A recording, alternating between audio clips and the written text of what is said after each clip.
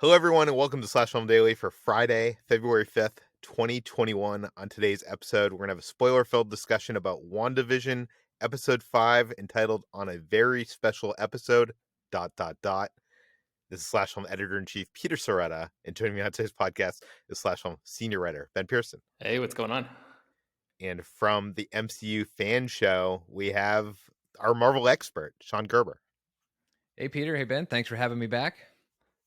And Brad is not here this week. He had some family issues to deal with, but hopefully he'll be back next week. We will miss him. But okay, this is an episode, guys. There's a lot of stuff going on. Yeah. But before we get to that, let's get to some feedback from previous episodes. First of all, I want to mention we ran on yesterday's podcast. Ben did some interviews with Randall Park and Jack Schaefer, the star and showrunner of this series, and there's a lot of bits in there. So if you haven't listened to that podcast or read it on slashfilm.com, I would highly recommend going over there. But I wanted to bring up some stuff from the showrunner interview because I don't know, there was some interesting stuff there. First of all, she said that the sword name change was indicated by a larger story reason. So doesn't just seem like the MCU, Kevin Feige doing it for, to adapt it to movies. It seems like there's something more there. Any thoughts on that, Sean? I think this episode kind of gives that away. Okay. So yeah. Okay. Yeah. We'll save it for that. We'll certainly get to that. It was also interesting. Ben asked a question that I proposed about the runtimes, about how like the sitcoms were 30 minutes. And as we go further into the decades, TV kind of expanded in time. And he asked her, will the runtime of these episodes expand over the course of the season? And her non-answer, I think, is interesting because she said that she's specifically told not to talk about the runtimes. Which to me indicates that they are, right? Like, why would you be told not to talk about something if it was just like, every episode's 30 to 40 minutes? Right. And I think this episode kind of shows that, not so much about the sitcoms getting longer, but because now we have to address both things. We have to address sitcoms and their normal run times, but we also still have to step outside of Westview and show the other side of the curtain. And that's why this episode is the longest one yet, this is the first episode where we really have to spend a lot of time doing both. A lot of time in sitcom land and a lot of time outside of it.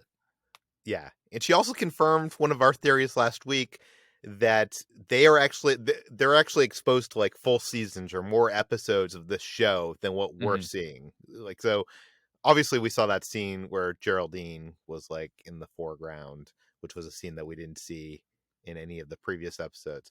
But it was good to have her confirm that because I was very curious, like, how does that work? Do they just watch the same episode over and over again? But no, it seems like I guess there's like 24 hours of episodes. I don't know. Who knows? I mean, each day is kind of like a season, right? I mean, I guess you could say, usually 22, 24 episodes, you get hours in a day, although they're half hours. So you'd really have to have like each day is 2 seasons, but there probably is time where they like actually sleep in Westview. So there's nothing to watch on the show, I guess. I don't know. Yeah. It is remarkable that all the information we need to know and all the exciting events happen in the only episode of the season that we get to see. Right. Exactly. Well, you could say these are the ones that aid the most in their investigations. These are the most informative episodes, and maybe that's why we see Sword focusing on those. She also said that when they were making the show or when they were developing the show, that they didn't know how the show was going to be released because Ben asked about like, did they anticipate the analysis that the show would get week to week? Which I know, Ben, you followed that up and she kind of didn't really answer your question. But I'm reading between the lines. I think she's saying that they initially thought that maybe they would be dropping the whole season like a la Netflix style. Or at least maybe, I was kind of thinking like maybe in chunks or something, like three episodes at a time. Because I really think that would have been maybe a more interesting way narratively to roll this out than what we got. I mean, I appreciated especially the first 2 episodes just like sort of luxuriating in the full-on sitcom stuff, but I think from the response that I've seen online, there was a little bit of like impatience in the fan community in the very beginning. So maybe the plan as it existed in the beginning was to release it in 3 episode chunks or something like that, just to sort of cut down Yeah. on that impatience a little bit. But, this is also like the pandemic threw everything into chaos. So who knows? I will say they released to press the first 3 episodes, and I think that was very smart because the end of that third episode kind of hits this into high gear and like kind of you don't get answers, but you kind of see where we're headed in a Mhm. way. And I honestly think they probably would have been better off releasing the first 3 episodes in a chunk and then run the rest of the season because, some people got really impatient really fast where I don't think that was. Maybe, but I think they kept watching. I mean, it was Yeah. tough to watch the episode last night right at midnight when it dropped because I think Disney Plus was crashing. So I think a lot of people are signing on and watching the show as soon as they possibly can. So I think people stuck it out. Oh, so it wasn't just me that was getting errors. So like, No, not at yeah. all. I actually had to switch from like Roku over to Apple TV because Apple TV probably doesn't have as many people. And so their Apple TV OS version of Disney Yeah. Plus was actually working fine. Yeah. Well, I was on Apple TV and still got the errors. So Really? Okay. Yeah. yeah. As soon as I switched to Apple TV, it was smooth sailing for me. But Yeah. Roku was done. The other interesting thing I want to bring up that's really not about the show, but I think about Marvel and Disney in general is Ben asked this question of like, what personally appealed to Jack as like as a filmmaker about this property, about WandaVision. And she really didn't like she seemed like she was I don't know, like she was not expecting this question. Like she admitted that she has not been asked this question. She seems sideswiped by this question of like, what was the personal connection and appeal to this property? Which is interesting because I feel like, if you read any of the interviews from Sundance that's going on right now, I bet you every single filmmaker gets that question and has an answer for that question. Mhm. But when you're working on a Marvel movie, or Marvel TV show, it's a little different. I remember I was telling Ben, I was on the set of Jon Favreau's Jungle Book, and I remember asking him, I was like, what makes this a Jon Favreau movie? And he seemed like totally like did not know what to say. Like he was like, it was like, I want to say it was like not a question that like ever occurred to him because obviously he's making the movie. But it's just interesting when you're working in this like big Disney machine with like big properties, franchises, that like that's not something that is on the top of your mind. I think it's something that I'm not surprised that it was a question that she was a little surprised by because I think to Ben's credit, that's not the question that usually gets asked. A Yeah. lot of people are trying to pin down their theory questions and other scoop questions that really we all know they're not going to answer anyway. And so when somebody asks you a question you might actually be able to answer, I could understand where you'd be surprised by that because it's not that common in interviews for people working on Marvel projects. But then also, I'm sure for her, that question is difficult to answer because the more specific she is about it, the more I'm sure she knows what's personal about it to her. But I think if she reveals that, then she's going to reveal something about the show that she doesn't Mhm. want to, which is why Yeah. she was relieved by the clear directive runtime question. Yeah, and by the way, this is not a me criticizing her in any way. I just think it's interesting. I think it's indicative of, yes, not only how these films and TV shows get made, but also probably the press that she's normally having to deal with, and the questions she's normally having to deal with. Ben, any thoughts on any of that? Um, well, when I asked the question, I was really thinking about, like something like James Gunn and the Guardians movies. I feel like there's so much of him as a filmmaker that is like very obvious in there. And I was just wondering, because I'm not super familiar with Jack Schaefer's work, if like, I get a better sense of her as a person, if some of her personality might be, visible in the DNA of the show that we've seen so far. But I think Sean is right. Like, it's really tough to even answer that question because there's so much of the show left, and maybe her answer to that question might be different at the end of the series when everybody knows the full picture of everything. Yeah, I mean, it could be about trauma and creating a world for your I don't know, there might be something there that she can't get into. I don't Mhm. know. I'm not saying I don't know anything about her about her.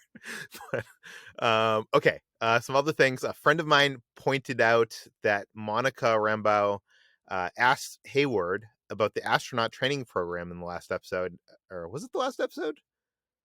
I think it was the Yeah, last episode. Yeah, and he says that it's going abysmal, and they wondered, could this be a Fantastic Four reference? maybe. Um, You don't seem to like that no, theory. I don't mind the theory. It's just it's Like, not what enough. exactly is the theory that the Richards family has already like launched and they've been Yeah, caught in the like everything's gone wrong and they're like in the middle of we're in the middle of a Fantastic Four story as Monica is asking that question? I don't really understand the implication there. I think. Yeah, yeah. that maybe something went wrong on their last mission, I think is like the theory. I Like, feel like we have enough of an origin story already kind of going on with Monica Rambeau and now other yeah. things going on in this. To incorporate FF into this as well right now is a lot. Hey, It's hey, it's the Sean, if you told me that they were going to incorporate all that they're incorporating into this, I wouldn't fair, have believed you totally anyways. fair. And look, it could be. I would say it's the sort of thread that if they want to tie that to Fantastic Four later, they can, and if they don't want to, they won't. Okay, on Twitter, we got a tweet from Brian who wanted to point out that Westview and WandaVision have the same initials. Is this a coincidence? I mean, I maybe, but I mean, Westview is established as an actual place. I know I don't think it's actually a real city in New Jersey, but it's an actual place in the MCU's version of New Jersey. So, I mean, I guess it does make sense with those initials. Maybe that's why they chose the name, but I don't know if it's really gonna mean that much. Okay, some people seem to be confused about the whole Westview thing. So John writes in, he says, I believe that in the world of the show, Eastview, New Jersey is a real town that existed prior to Wanda's arrival in Westview, not a merely hallucination or false memory taking up the mind space once occupied by Westview. A few factors indicate this. One, the cops' patches say Eastview, so the place must exist in the real world. Two, I think WandaVision is being subtly satirical about New Jersey township system. Here's where I think it's reaching too far. New Jersey has 565 municipalities, many of which have basically the same name. So for example, there are a bunch of different oranges in New Jersey. There's Orange, there's South Orange, there's West Orange, there's East Orange. And this guy's wife is from New Jersey, lives near there, and she cannot keep straight which orange is which. So he seems to think that there were an East View and a West View, and that like it's a joke about New Jersey. No, I don't think so. I'm sorry, but no. uh, I don't know. I do wonder if like Eastview really existed and Westview is. Do we know that Westview actually exists? I mean, there's already a sign. I don't know. I mean, I guess you could say Wanda put up the road sign. Yeah, the But road sign's outside of the yeah, hex. it's outside of the perimeter. So unless Wanda was like, I need to have this real sign for the fake town I'm about to build. I don't know. That's a lot of thought to go into it. Okay, I think we're probably going deeper into things that don't matter than we should. But wait, how did she change like the officers like their patches and stuff like that? Like they're outside of the hex, so they're not in the magical spell that is Westview.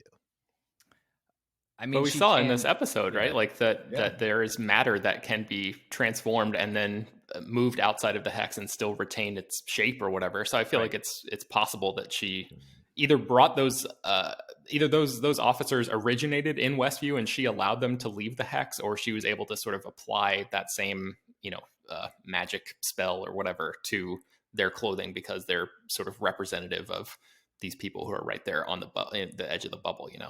Yeah. Okay, Rob from Maryland writes in about our discussion about the MCU and the connections to Agents of Shield.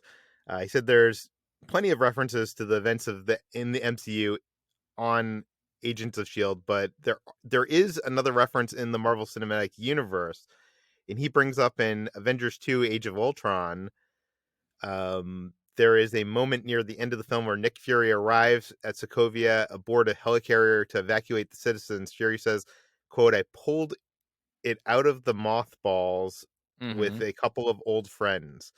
And he claims this is a reference to the Agents of Shield's episode Scars, in which Agent Coulson has refurbished the helicopter and gives it to Fury. What do you have to say about that, Sean? it's correct, but it's still the same thing of Agents of S.H.I.E.L.D. is just giving supplemental things. Like another thing is it was Coulson and company who discovered the location of Loki's scepter, which the Avengers go retrieve in Avengers Age of Ultron. But so it's still that thing of Agents of S.H.I.E.L.D. finding ways to connect itself. But if that episode does not happen and we never see that helicarrier in Agents of S.H.I.E.L.D., Nick Fury's line makes just as much sense. And you know how I know that? The vast majority of the people who saw Age of Ultron have no idea that episode of Agents of S.H.I.E.L.D. exists, and they have no issue with the line. So that's kind of the pattern that you had with Agents of S.H.I.E.L.D., where it could be a piece of supplemental trivia for how they found out about something, but Yeah. it wasn't really pushing anything forward and making a real impact on the Marvel Cinematic Universe. Okay, so Tim C from Illinois writes in, and this is actually, I think, the most interesting email of the week. He says, whatever is left of Vision was needed to be reincarnated to make Westview a thing. The mysterious calculations Vision is doing at his job, quote unquote, is actually him powering some sort of cosmic device that is helping to create the world. This is also why the world is getting more and more sophisticated, as in how it is becoming more and more modern. His work will eventually get Westview to the point of being quote unquote real, and there is no barrier between Westview and the rest of the world. This will allow whatever evil entity Wanda made a deal with to roam free. Maybe Agnes pitched the idea to Wanda so that she could summon Mephisto from his dimension into ours, or maybe Agnes or Agatha has been drawing powers from Mephisto in his dimension. I don't want to get into that part of it, but what do you think? I'm not sure I had heard the theory that the all the stuff, all the work that Vision's doing at his job, like all the consultations and stuff like that, could be, because it's even said in this episode that Wanda has never shown the power to be able to create this entire world. I mean, she even says later in the episode that you think I could be controlling all these people all at the same time? I Yeah. kind of feel like that moment of her saying that is not a genuine expression from her. Like I think it's clear that she is doing all of this at the same time, and she's just sort of, it's like a last ditch effort to try to convince Vision that this reality is, that there's nothing wrong with the reality that he's currently in. What did you make of that, Sean? I thought of it as like she's not, I think it's in some ways partially true in that she's not literally puppeteering everybody's every movement all the time, because that would occupy a lot of energy even for Wanda. So I think there is some truth in that, but she's the one who seems to have put them on some sort of autopilot where they're just doing the stuff that they're supposed to do in this sitcom mode. I don't think that she is piloting them to build some computer thing or input something into a computer thing, because it just doesn't really seem to make that much. I don't see the necessity of it. If Well, she's already done all of this without Vision, then why would she need him to build some sort of device to merge these realities? And there's also the bit that Monica talks about later where the idea that Wanda has created this barrier not just to keep some people out, but to also maybe keep a potential threat in. Like she's quarantining herself in yeah. Westview. So I don't really think there's a big machine being built here. Well, ignore the whole merging worlds thing. I just think it's fascinating, the idea that this job that even Vision has questioned, what is the stuff that we're computing? What are we even doing here? What are these numbers and what are we adding up? What does this go to? Which I think was played for a joke in episode 1. Mm-hmm. Maybe there's something there. Maybe Wanda is using her husband to help facilitate this hex in some way, unbeknownst to him. You don't like that theory at all? I mean, it's possible, but like they're not. When we see I mean, them this week, she oh, has a when we see them this week, they're supercomputer not. there. She Why not does, use but it? like when we see them this week, they're not working. They're screwing around with email. Like they're not, they're not Yeah. really getting anything done. They're no longer inputting information and outputting computational forms. Like a lot of that stuff isn't really happening anymore. Like I didn't see actual work happening at But we're only seeing computational one of the services teams. 24 episodes, Sean. There is that, sure. If we want to introduce theories based on a bunch of episodes we're not seeing, then anything is possible, Peter. Yeah. But based on the information we're getting, I have doubts in the supercomputer theory. Yeah, me too. I like the supercomputer theory. Okay, Jesse from Massachusetts wrote in that in episode 4 recap, we mentioned the parallels between WandaVision and the whole It's a Good Life episode of Twilight Zone. And Jesse just wanted to point out or add that while it's not important to the plots, that the Twilight Zone episode Disney pulled Rod Stewart's scenes from to develop Tower of Terror, the pre-ride show, was that episode. So there's some Disney history with that episode pre-existing. And I appreciate that because I'm a theme park fan. So anyways, Rob Cannon writes in and he has a question. Did the blip ever feature into a comic story, or is this something that's only in the MCU? So I'm going to throw that to Sean. Well, there's a version of it in Infinity Gauntlet. Like half of all life in the universe disappeared, and then they came back, but no one remembered it. That was part of the deal with Infinity Gauntlet, is so people didn't know that they were gone. It's not. It was like a snapback to reality of like, oh, this whole thing never happened, which is not the MCU where there's real trauma stemming from the blip. Yeah. Okay. One last email. This one's a long one. Peter writes in, he agrees with you, Sean, that the mention of the CMBR, the cosmic background radiation, is not just a throwaway line. It is also, tying in the connection to the larger Infinity Stones.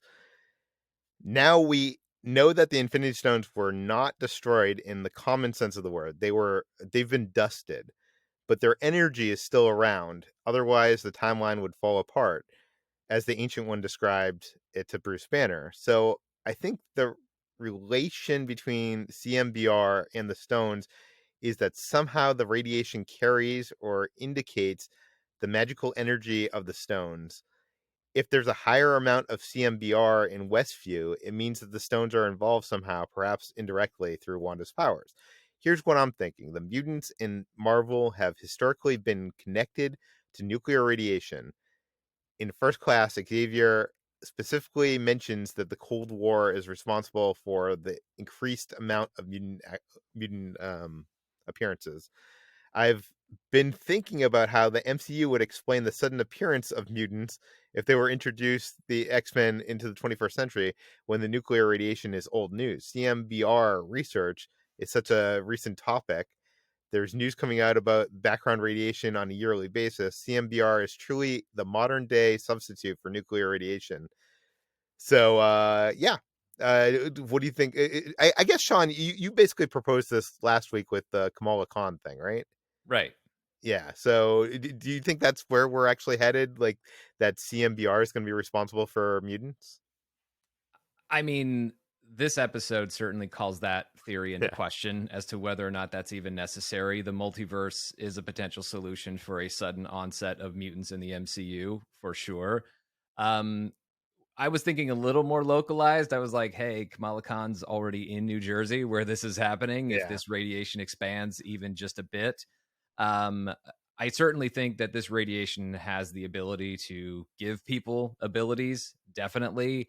I don't know though. I mean, I still look at this as being localized to the Mind Stone. I'm not really thinking about all the other Infinity Stones because the Mind Stone, whether it was regardless of the phrasing, gone, reduced to atoms, however you want to look at it, Wanda has powers that are derivative of the Mind Stone, or were at the very least unlocked or enhanced by the Mind Stone.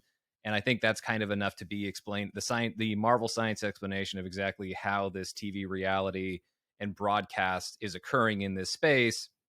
And because it has the ability to unlock powers, yes, we could see that happening with other characters. Is that going to be responsible for mutants all over Earth? No, not necessarily. And there are all other sorts of avenues that Marvel can take if they want to have mutants be introduced, because mutants in the comic books, it was retconned to have them be connected all the way to the Eternals, because in the same way that the Celestials created regular humans and Eternals and Deviants.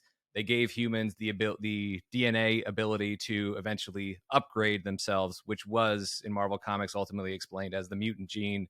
So there's plenty of things already kind of just hovering around the near MCU future that it doesn't have to be this. Could it be? Sure, anything could be anything. But I'm not really looking at this as. I think if this show is going to be responsible for bringing mutants into the MCU in a big way, it's more likely to be what the very end of this episode suggests. Okay, we'll get to that a bit later. Let's start with our brief thoughts. Let's start with Ben. What were your brief thoughts on this episode? Very brief thoughts. I was not a huge fan of it, and I have many reasons for that we'll get into when we go through the beat by beat breakdown. But just generally, I was kind of I was a little let down by this episode, but we'll get into that later. I'm gonna agree with you in one respect, Ben. I was really looking forward to the '80s episode. I'm a big fan of '80s sitcoms, and I really feel like they got the other eras in sitcom history, like they really nailed it. And I know there was some good inspiration in this episode, but I feel like it didn't have the feeling of like a Full House, or I don't know. It just, so that aspect of the episode, like the comedy, I don't think was on par with the previous episodes.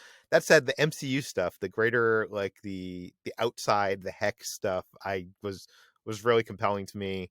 And also how this episode ends, WTF, what's going on here? Yeah. Sean, what are your brief thoughts?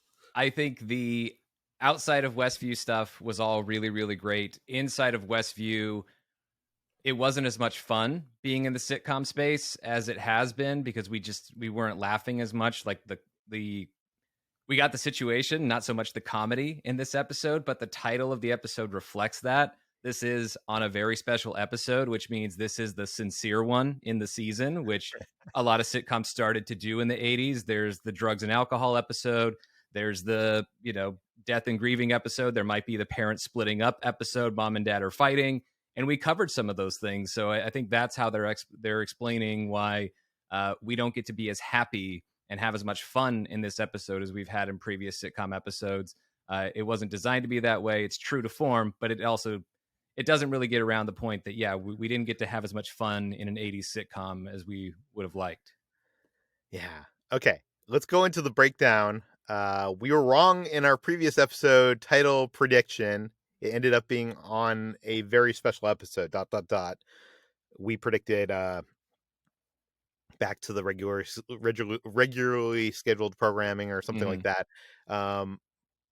This episode starts with the Marvel intro, and now we're into 1980s. It looks very early 80s to me, because it seems like there's a lot of like 70s accents and stuff like that. Feels kind of like Family Ties meets Growing Pains rather than like a Full House or like late 80s show. Also worth noting, I'm not sure if you guys noticed this, but I was a big fan of Growing Pains growing up. In their living room, they had a couch that had one blue pillow. It was like one odd blue pillow on their couch, and it was like a thing in that show. And in WandaVision, in this episode, they had one blue pillow on the couch. So I'm sure the WandaVision production designers were, that's a nod to Growing Well, Pains, I guess. didn't Matt Shackman, the director, appear on Growing Pains when he was a child actor? Oh yeah, I think you're right. So yeah. So there you go. I noticed the curtains on the windows kind of form a hexagonal shape, because they have like, they get tied in, if that makes sense. And also worth noting that this episode is the first one in the sitcom era that is presented in 16:9 aspect ratio, rather than, I think the previous one, the '70s one, was like still 4:3. Am I correct there? Yeah.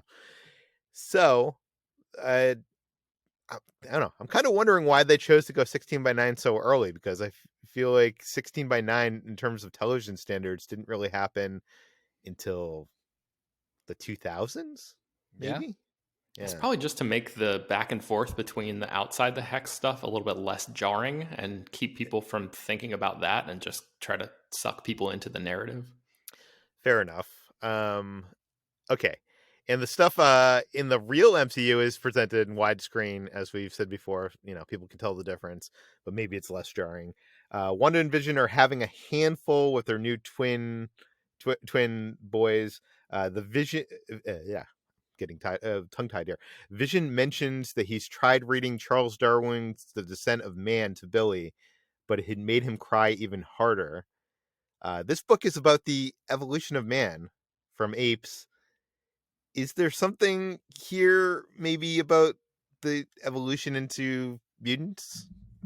What do you guys think? Or why the mention of this book? Um, I was wondering if it was a reference to Master and Commander, which Paul Bettany was also in, and he plays like a Oh, scientist guy who I think is studying Darwin in that movie. But I have that has no bearing at all in the MCU. So I don't know if that's just like a fun nod that the writers wanted to throw in there, or if there's something, yeah, like a deeper MCU connection that you guys might have noticed. I Yeah, mean, it I could didn't it pick could up. just be for the joke of him being like a super nerd trying to Yeah, read. Right. I just felt like it was an obvious, overly academic choice to read to a Yeah, baby. And I know that yes, evolution of man, mutants, and all that. I get it, but I'm also like, it could just be nothing. It's like, what's the fanciest, stuffiest sounding book we could say Vision read to his baby? Charles Darwin sounds right. yeah. Hey, so some of the stuff we're always reaching. I will say Oh though yeah, that book is referenced a lot in the X-Men like history, right? So like that's not something that hasn't been referenced in the comics before. that's fair. Wanda tried to use her magic to make the babies go to sleep, She but it did, doesn't work. What do we and think happened here? And I loved her question, "Why won't you do what I want?" I thought that was Mm, the best part of it. Is it's showing the limits of her control. I think is, and which I mean, we know there are plenty of different limits to her control within Westview, but it seems like these children have a lot of control over their own fate. Because even Agnes seems to struggle with them a bit. But yeah, Wanda wanting to take these shortcuts, but it also even shows it's kind of a symbol of what she's doing here. Is it's not like Westview exists to as a way for her to eliminate every trauma and inconvenience outside of Westview life. Even within it, she's abusing that power to try and take little shortcuts to just make sure everything is happy and easy all the time. do you think the reason why she can't control them is because they're a real, actual people? Like, the people in Westview are all playing roles. They're Right, being like hypnotized into being these characters, except for Vision, I think, right. who it doesn't seem like she can control him. She can control time and rewind and do things in a different way, but it doesn't seem like she can that she's able to control him because he's him. So do we think Ben, do you think that that's why she can't control the children? I kind of was thinking that, and then they grew before their very eyes. Like instead of, I think the jump from them being infants to them being toddlers sort of happens off screen. So I feel like you can kind of explain that away a little bit. But the metamorphosis that literally takes place when they jump from whatever it is, 5 year olds to 10 year olds or something in the kitchen. Yeah. Um, Makes it seem a little bit less believable that they're actually like real beings, although the mentality that you just laid out about how if they are real sentient beings with agency, they are definitely not um they don't have a representative that is or a an equivalent that is pre-existing within Westview. I think that makes sense to me, but I just don't know. I can't quite get a read on them yet. Yeah.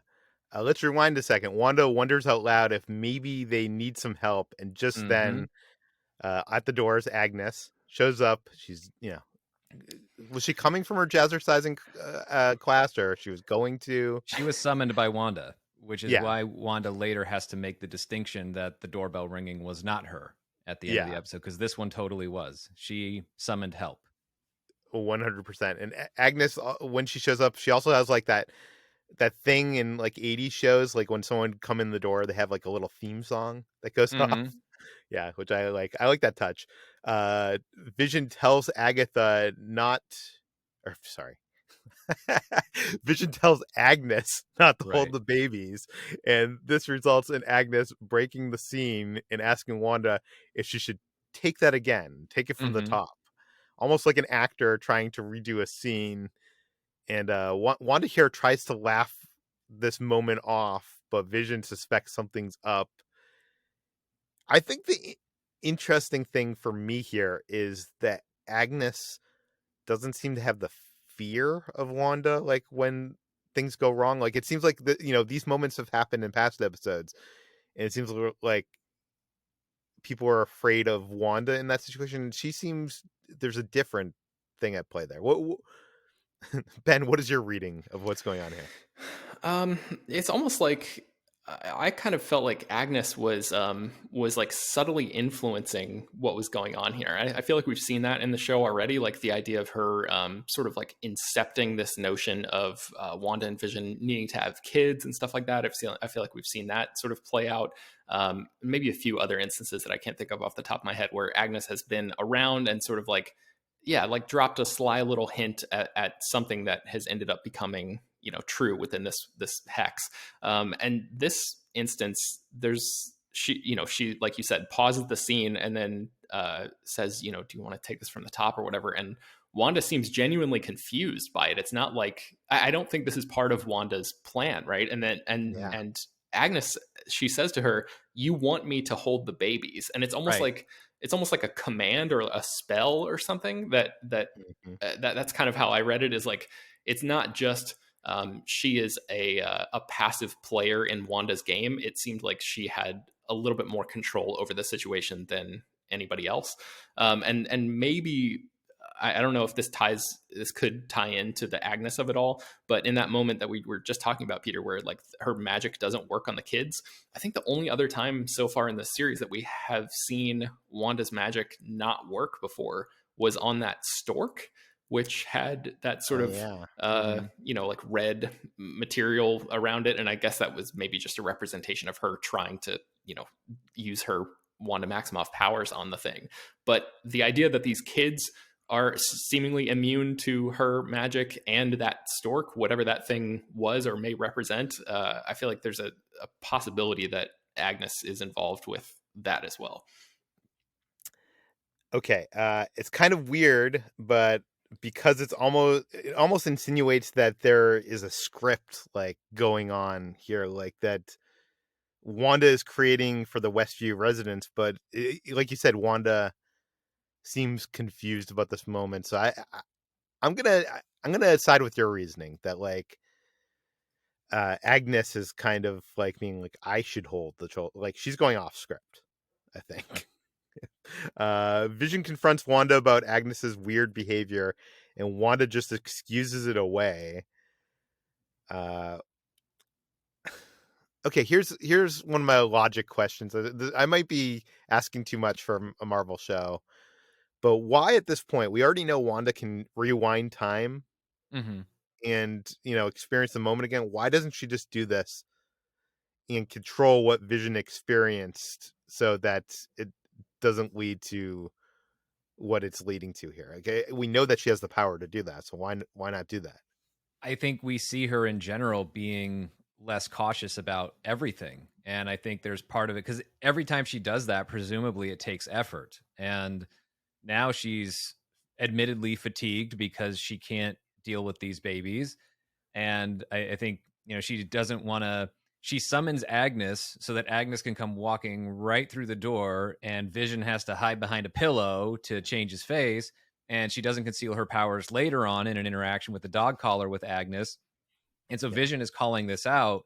This is the thing where Wanda is not, she's not trying to preserve the idea that they are, as badly as she wanted to fit in episode 2. Clearly that's taking too much effort, and she's not really going to care about all that stuff right now. And plus, I think she's also got other reasons to let her guard down around Agnes, but yeah, she's not putting in the same amount of effort in everything anymore. And so I just take her difference in interaction with Vision as the same as that. Like I can't keep resetting you all the time because clearly it doesn't stop you from asking questions. You always come back with questions. So at some point, I just have to bring this to a head where I let you ask the questions you have to ask, and I ultimately tell you that it's not going to change anything. Okay, Agnes is then spraying the babies with the lavender to calm them down. This played as a comedic moment, but I wonder, like, if Agnes is actually Agatha Harkness and she's some kind of witch, then maybe she's spraying them and there's some kind of spell going on here or something. I Is mean, that going too far? it's the circular motion of how she's spraying it for them as well. And then she goes looking for dark liquor, which she said wasn't for her, but then we see her drinking it. But I don't know if this was her. I mean, it seems like it could have been, but she also says, kids, you can't control them no matter how hard you try. And we see the kids decide to age themselves up later, although I just have a harder time, and I don't know why, because this is an anything goes sitcom reality in Westview. I'm like, are babies capable of making a conscious choice to age themselves up to toddlers?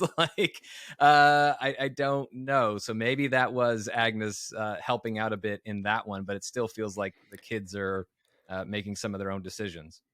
Yeah. Peter, I think I've cracked this whole lavender thing wide open. I Googled lavender and Marvel, and there was a female thief named Lavender in the Marvel comics who was active during the 1940s, and she clashed with Captain America at one point. So We can all obviously, go home. yes. Wow. In all my searching for this episode, Ben, no one brought up that connection. So That's why you pay me the big work. bucks, Peter. Yeah. But Ben, you were right. They are 5 years old. It says so in the credits. I looked. A lot of the times in movies and TV, twins are played by actual acting twins. I know they're not identical twins here. But Agnes jokes kids can't control them even as much as you try. Yeah. The opening title sequence is a mix of, I want to say it's a mix of Family Ties, Family Matter, and Full House. Like there's the painting of the family portrait, which Yeah. is from Family Ties. It's There's not the as up. It's the song is not as upbeat as Family Matters or Full House, but the visuals, like the picnic in the park at the very end, is totally Full House. yeah. But yeah, theme song, it felt softer, like Family Ties. That whole opening credit sequence was just way too long. That's one of the reasons that I wasn't crazy about this episode. Going along with what you were talking about too, Peter, like not quite nailing that tone of those 80s episodes and not being just as funny overall. I think that they just made a mistake by making that, it just dragged the episode out a little bit longer than I thought it needed to be. Oh, I liked it. I liked it with the cast members, seeing like them grow up, like actually using real photos of Elizabeth Olsen as a child. And like the best part for me was Oh, Baby Vision. yes. And yeah, also the Full House sequences of like the family having a fun picnic in the park. Mm-hmm. But it's almost like sad because they're like in this like that small, like, what do you call that? It's like a park in the middle of a small town with the gazebo. And there's Mm-hmm. nobody else like having fun. Like, I don't know, it doesn't seem as fun as it did in Full House when they're in oh my god, what is that San park? Francisco. But yeah, Yeah, I don't in front of remember the the name of the painted park. ladies, and yeah. Um okay, so Ben, you didn't like that opening. You thought it was too long. Oh, and I also like the joke of seeing like the kids grow up Mm-hmm. over The time. 1, 2, 3, 4, 5 on the birthday cake. Yes. Uh okay. What did you guys think of the song? Because Sean, you were saying the song is not as upbeat. No, it's sad. I mean, they're Yeah. talking about, you wander the world with a vision of what life could be, but then years come and teach you to just wait and see. And it's referring to forces trying to pull them apart. They're crossing their fingers, singing a song, making it up as they go along, which is what's happening in this reality. So it's downbeat. It's very sad. There's a melancholy tone to it, and I think that's because that's what this episode is. That's why on a very special episode, that's the promo that you get in commercials hyping up those types of episodes of the sitcom on a very special episode, and then that's Yeah. the episode where things go wrong for the family, which is usually not the thing that happens in sitcoms, which is why they would call that out in older sitcoms that, like, this is the serious one, everybody. And I think the theme song doesn't necessarily fit if we're talking about imaginary upbeat 80s episodes, but for the real one that we got, it totally fits. I say real like that's the thing, but like for the one we actually see in this episode, the song fits. See, Sean, you're good at this. Like, I want to compare you again to Brian, who we have on for the Star Wars episodes. But he's always so brilliant of turning my criticisms of the episode into like, no, that's why it's great. And I feel like Mhm. you are also very good at doing that with Marvel. You're able to counter the criticisms in a very intelligent way. Okay. So then we wake up. We are in that medical tent. Monica wakes up in the medical tent, Mhm. and she admits she felt grief when she was inside the hex. We'll call it the hex for now because I like that. Darcy is a big fan of her. The lab technician says that the X-rays are blank and needs to take another blood draw, but Monica refuses.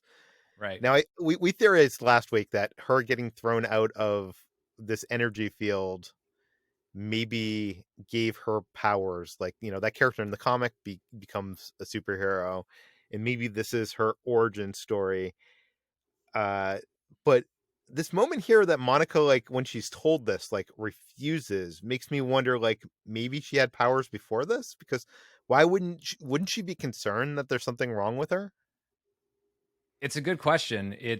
But I could also see it being the thing of like, it's the impatient cop or the impatient military person, secret agent, whatever. Like, I just want to get back to work and I just want to get Yeah. back to working on the case. I don't want to waste any more time. Like, where's my stuff? I don't want to waste any more time here with these scans. You don't see anything. I feel fine. I don't care. Yeah, I So think the Jimmy joke where he's like, she does that is sort of yeah, supports that read of it. And then also, Peter, like, if she had powers beforehand, I think the technician says, like, I need to get another blood sample. And I feel like Monica wouldn't have allowed a first blood sample to be taken right. if she was trying to protect, some sort of secret that she was holding. That's true. True, true. Okay, in an oversimplified briefing giving Sword the backstory on Wanda, the acting director Hayward asks if Wanda has an alias. No funny nickname, he asks. This seems like Not a weird yet. question to have. Like, is this It's like super a setup? weird. What? It's a super weird question. Yep. It's I don't know. I mean, I understand why it's in there. They want to, for some reason internally in the show, they want you to realize like it's a big deal when they finally call her Scarlet Witch, even though that's what they said when they officially announced the series at Comic-Con in 2019. Kevin Feige has subsequently said that in interviews that they'll finally call her the Scarlet Witch in the show because they never have in the MCU. But yeah, Hayward's logic here doesn't really track. It's like, oh, she can't really be a superhero because she doesn't have a funny nickname. I'm like, well, villains have funny nicknames too. Like, those aren't the rules of who's a good guy and who's a bad guy. But also, you could say Hayward's reaching for anything to paint Wanda as a terrorist, and I think this episode gives you a very obvious reason for that. Yeah, it's very clear. And he also mentions Lagos in Germany. Mm-hmm. And Sean, as the Marvel expert here, can you explain what happened in those places? Yeah, so Lagos is a reference to what happened in the opening of Captain America Civil War in Nigeria when Rumlow or Crossbones was trying to steal that biological weapon. And then he was going to blow himself up and take Steve Rogers with him and everybody else in that marketplace. And Wanda, of course, contained the explosion, shot him up into the sky, but didn't contain it for long enough. He exploded next to a building and killed many people, including several Wakandans.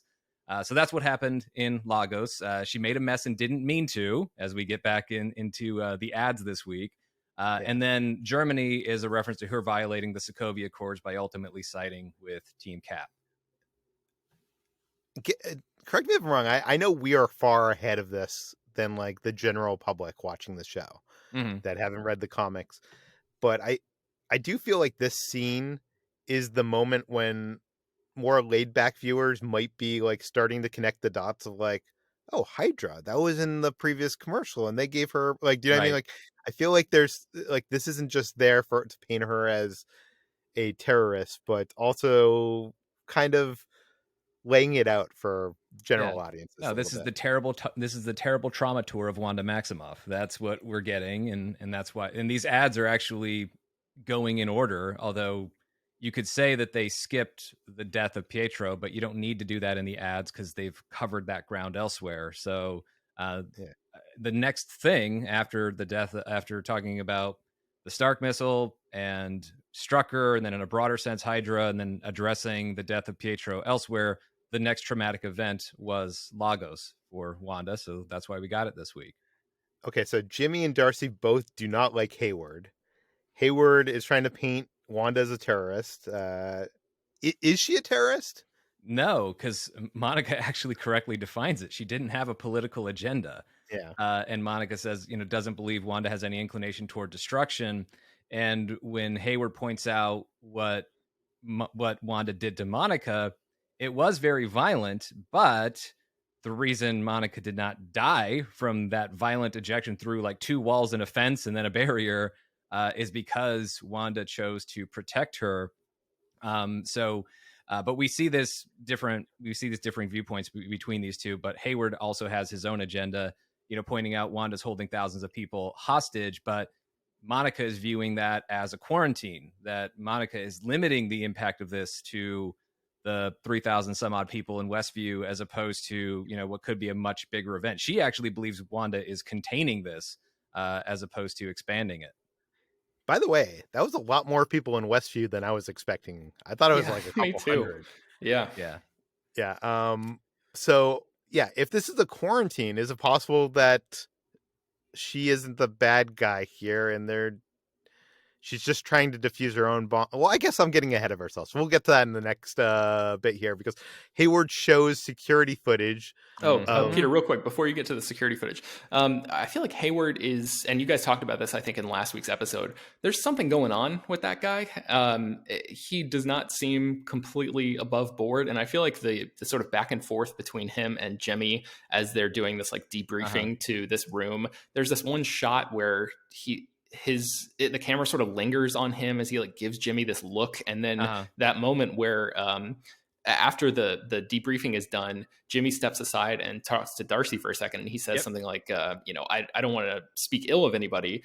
And then Darcy steps in, and she was going to say like Hayward's a dick, and in the middle of that word, it cuts physically, like it specifically cuts to him saying the word terrorist at that point. So to finish that sentence is Hayward is a terrorist.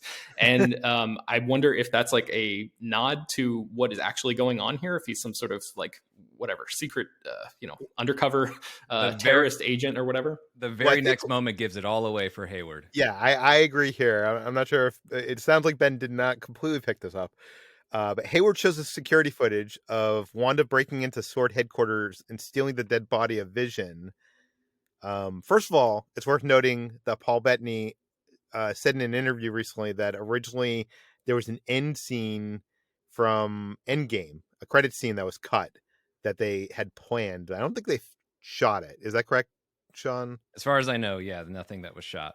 Yeah, where Wanda goes into a facility, a government facility, and opens a drawer holding Vision's dead body. The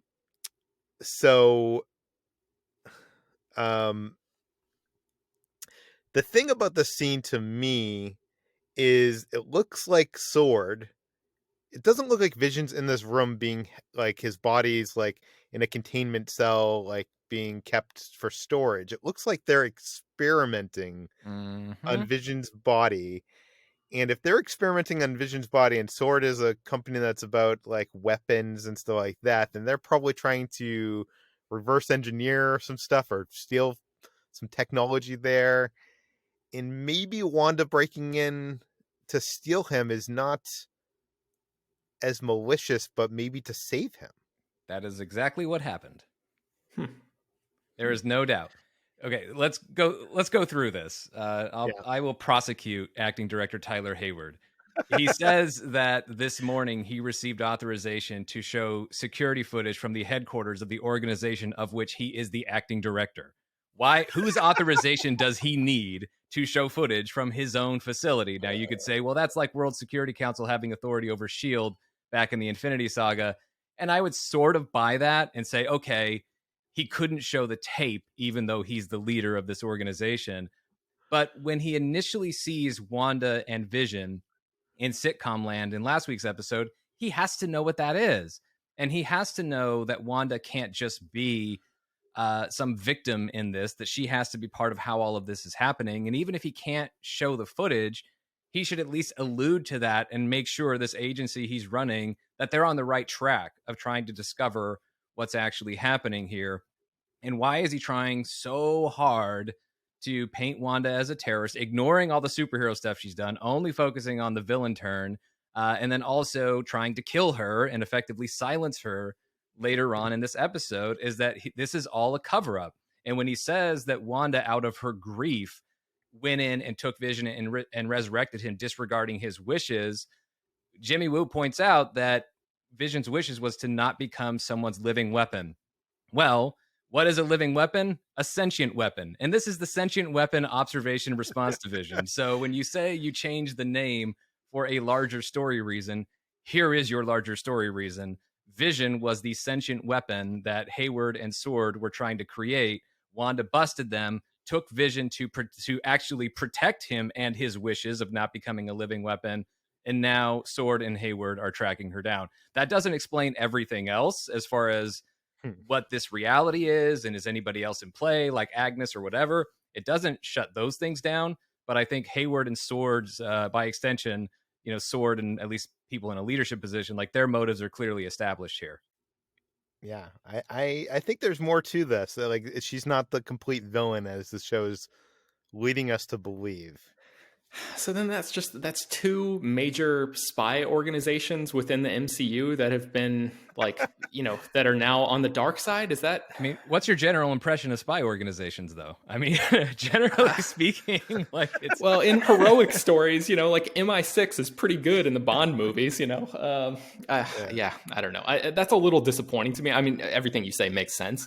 It just with the whole with how well it was pulled off the first time in Captain America Winter Soldier, right. and that whole storyline, it just feels a little like the air is being let out of the balloon, that's actually what's going on here. Yeah. But I mean, as long as they don't treat this as an organization-wide thing, I think that's the key. What would be a distinction here between just saying this is Hydra infiltrating S.H.I.E.L.D. all over again. If you tell me half of Sword is bad, then yeah, I think you have to call that out as you're just doing the same thing over again. But if you want to say that this one guy and some people working for him overstepped and started doing something unethical, that's always bound to happen at various places. And yeah, in positions of authority and positions of power, it's going to happen quite a bit. So I'm okay with it as long as they don't try to do the whole thing. Like, if Sword has to completely be dissolved at the end of this series, like S.H.I.E.L.D. was a Winter Soldier, yeah, I'll cry foul on that.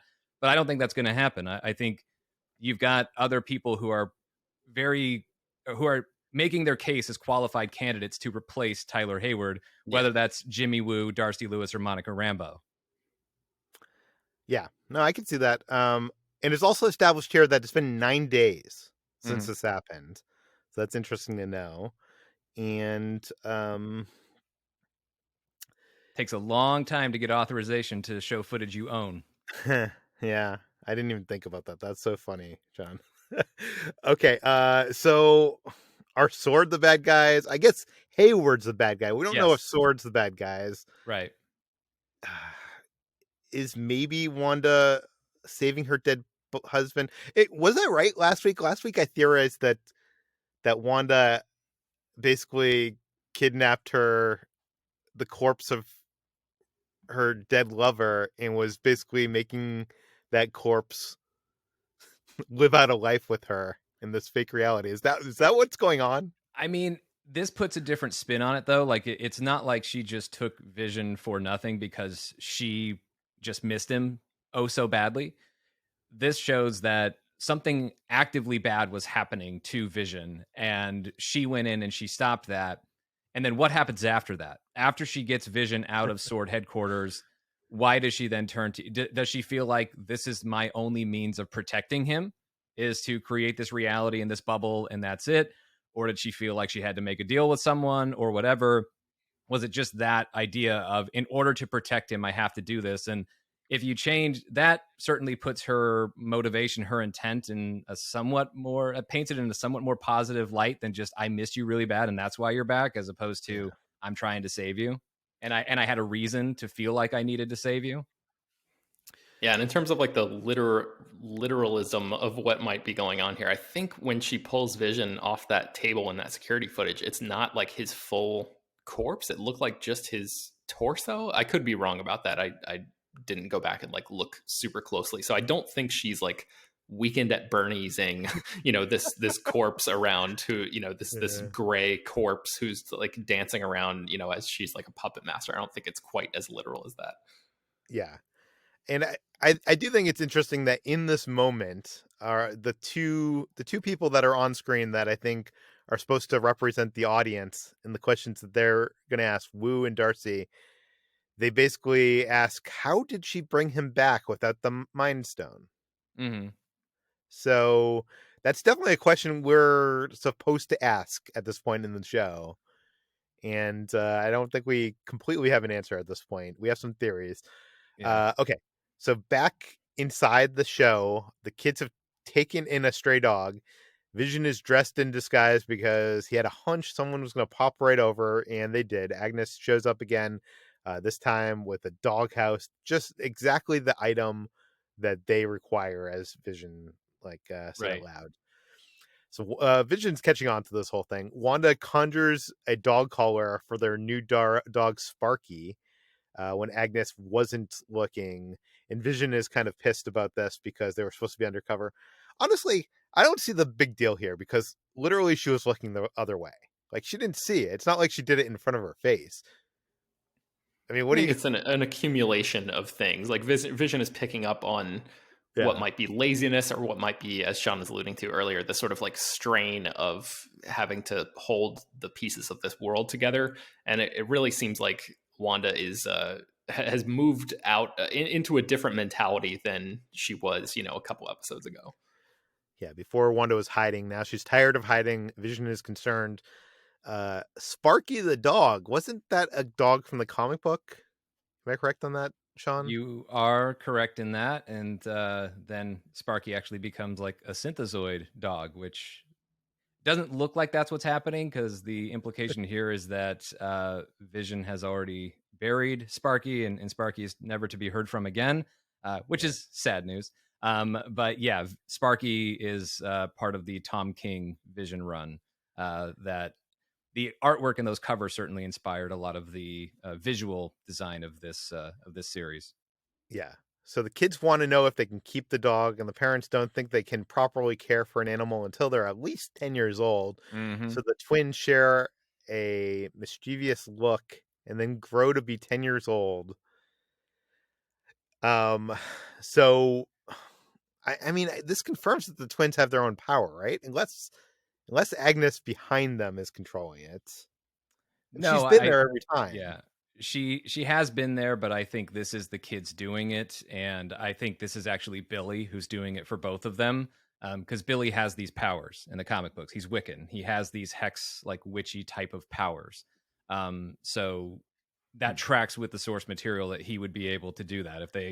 If mom says we need to age 5 years, then guess what? Guess what we're doing, Tommy? We're going to age up 5 years, and Tommy has no problem with it because it means they get a dog. Yeah. And the previous kids were, I think this was their first role in anything. These kids actually have a history. Billy is played by Jillian Hillard, who was in The Haunting of Hill House and The Conjuring, The Devil Made Me Do It.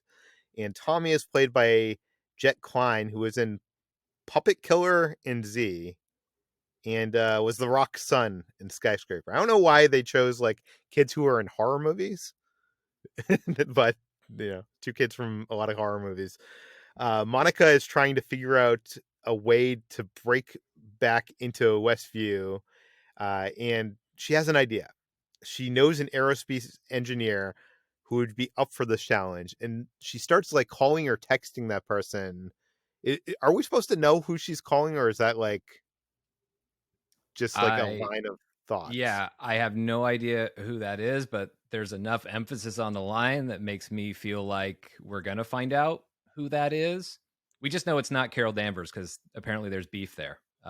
So, because the way Monica gives a no sell to the name of Captain Marvel being mentioned earlier in the episode, Mhm. but I don't know who this aerospace engineer is going to turn out to be. Yeah, Darcy doesn't know if the hex will mind wipe you if you go into it, which is kind of weird because Monica's gone into it. So wouldn't she know if that's what happens? Like she's actually experienced going into the hex. Yeah, and I it don't know. kind of does to an extent, right? I Yeah. mean, based on what we see, what we saw with Monica, what we see with Norm in this episode, yeah, like this stuff kind of happens. So, yeah, there shouldn't be too much mystery there. It's like, yeah, we already know that you're going to have a hard time keeping track of reality, but is this a new thing they don't know about? Like, if you go in, then you come out, then you go back in, are you able to retain your Mhm. memories or something? I don't Yeah. know, but the general idea is, yeah, you are mind wiped to some extent. So Darcy calls this energy field, this hexagonal energy field, a hex, which is Hmm. kind of fun because last week I called it a hex and I related it to a spell of sorts, maybe a spell that And that, Agatha yeah, Harkness that put also on is the a town. common name for Wanda's powers in the comics, is they are hex powers. Yeah. Uh, so I guess I might have been on the right track. I don't know. Wu is more concerned with IDing the minors playing Wanda and Vision's children, and Monica says the kids are real. They're not Mm, actually like being played by people that were in the town. Wu says that Wanda alters people's perceptions and makes them hallucinate so that maybe the other people or kids, so maybe there are other people or kids stuck in Westview.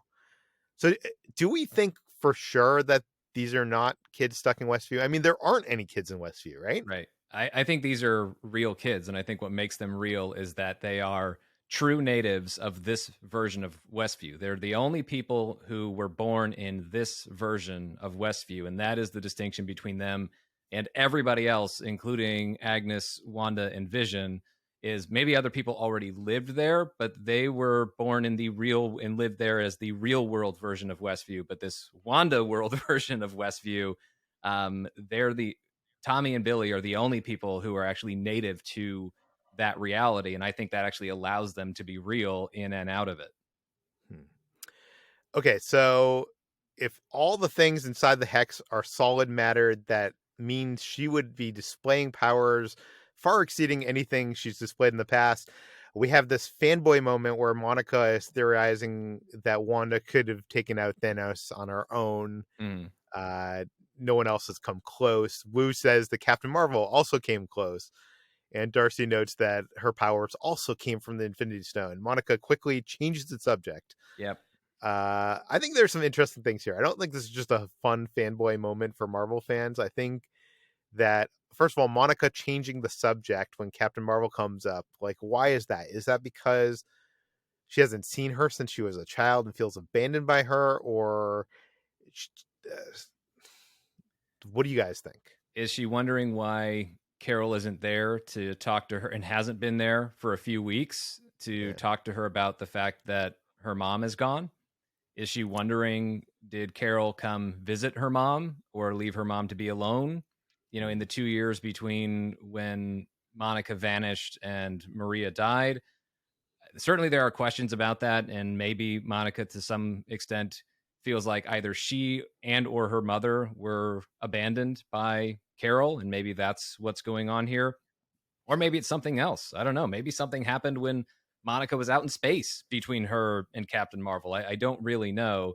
But seeing as how a lot of this, and I think what gives Monica such an in for how Wanda's feeling in general, is obviously it's easy enough for Monica to empathize with Wanda because Monica is in the midst of her own grief of losing her mother, and so I feel like it's going to be tied to that. It's somewhere, it's tied to somewhere in this experience of losing her mother and feeling like Carol just wasn't around enough.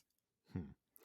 I And want to know how Monica knew that Wanda could have taken out Thanos. Like, Monica got snapped away, right? So she got snapped back into reality, Mm, seconds before the giant battle at the end of Endgame.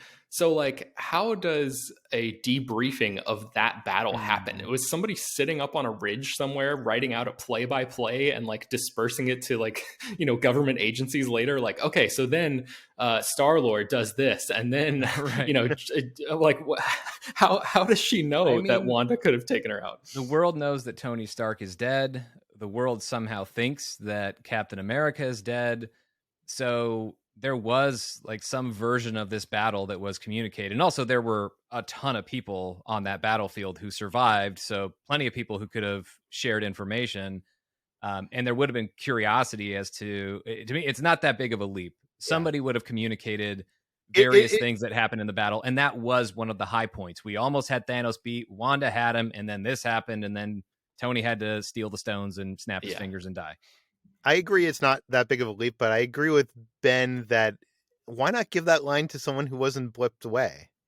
Who Or would know? somebody who was there, like Yeah. I mean, Or yeah, incorporating somebody who was there it's seems hard. Yeah. like Yeah. it would be tough in this context. But anyway, Well, that's just a yeah. stupid nitpick that I wanted to bring up. Well, Monica's Yeah. been in space, so maybe Howard the Duck told her. I don't know. Yeah, there we go. Okay. What do we think is going on with the Infinity Stones? I know, Sean, I've already talked to you about this. I wanted to hear from you, Ben, because they keep on I don't know, they keep on coming up. They came up in this conversation of like, oh, both of those characters got their powers from the Infinity Stones. Like, do you think that's just a fun thing for fans, or do you think this is going to add up to something?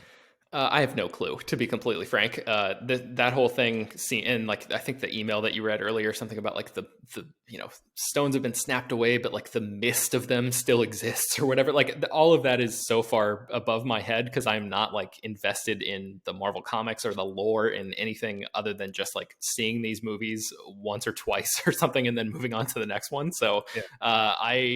I don't know. And if they try to do something like that, I feel like they're going to have a lot of actual like logic explaining and rule explaining to do. And that always seems a little ponderous and like it grinds things to a halt. And I feel like they would want to go out of their way to avoid doing that under any circumstances that they can. So I'm not. I don't know. You need to explain much because, like in our Right. universe, Ben, like when a star explodes, like that nothing goes away. It's still in the universe. Do you know what I mean? Like every am I right about that? Like, maybe I'm getting science wrong, but every atom still exists, just in different forms. Yeah, I don't know. You're asking the wrong person. I'm not. I don't have as a deep a knowledge base as I should of astrophysics and things like that. Anyways, I believe that's how it is, and there was that line from who was it that told Banner that basically they need to exist for That our was the universe. ancient one. Yeah, the ancient one. So, I don't know.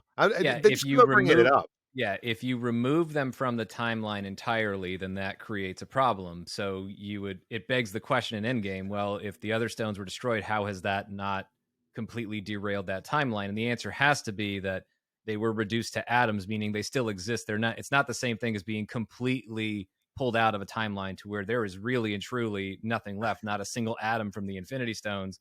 But I don't think they're doing all of this and they're bringing these things up for the purpose of having some long-winded explanation of how it all works. I actually think this is establishing the shorthand. Hey, don't you kind of remember that Infinity Stones have given people powers in the past? Cool. We're going to remind you of that because we're probably going to do it again in this show. Thanks.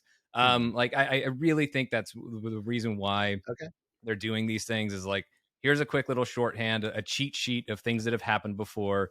So there's a logic that tracks as these things happen again. Do you have a theory about like who is going to get powers? Do you think it's just Monica and it's as simple as that, or do you think there's more? I think Monica probably already has her powers and maybe just hasn't discovered what they are yet. And there's a chance with that show coming out on Disney Plus this year and happening in the same state, there's definitely a strong chance that Kamala Khan, Miss Marvel, maybe not strong chance, there's a chance that Kamala Khan maybe gets her powers as a result of this radiation, which is being contained, but also has the threat of expanding. And it doesn't have to expand that far to reach Kamala Khan in her world. Yeah, that's right.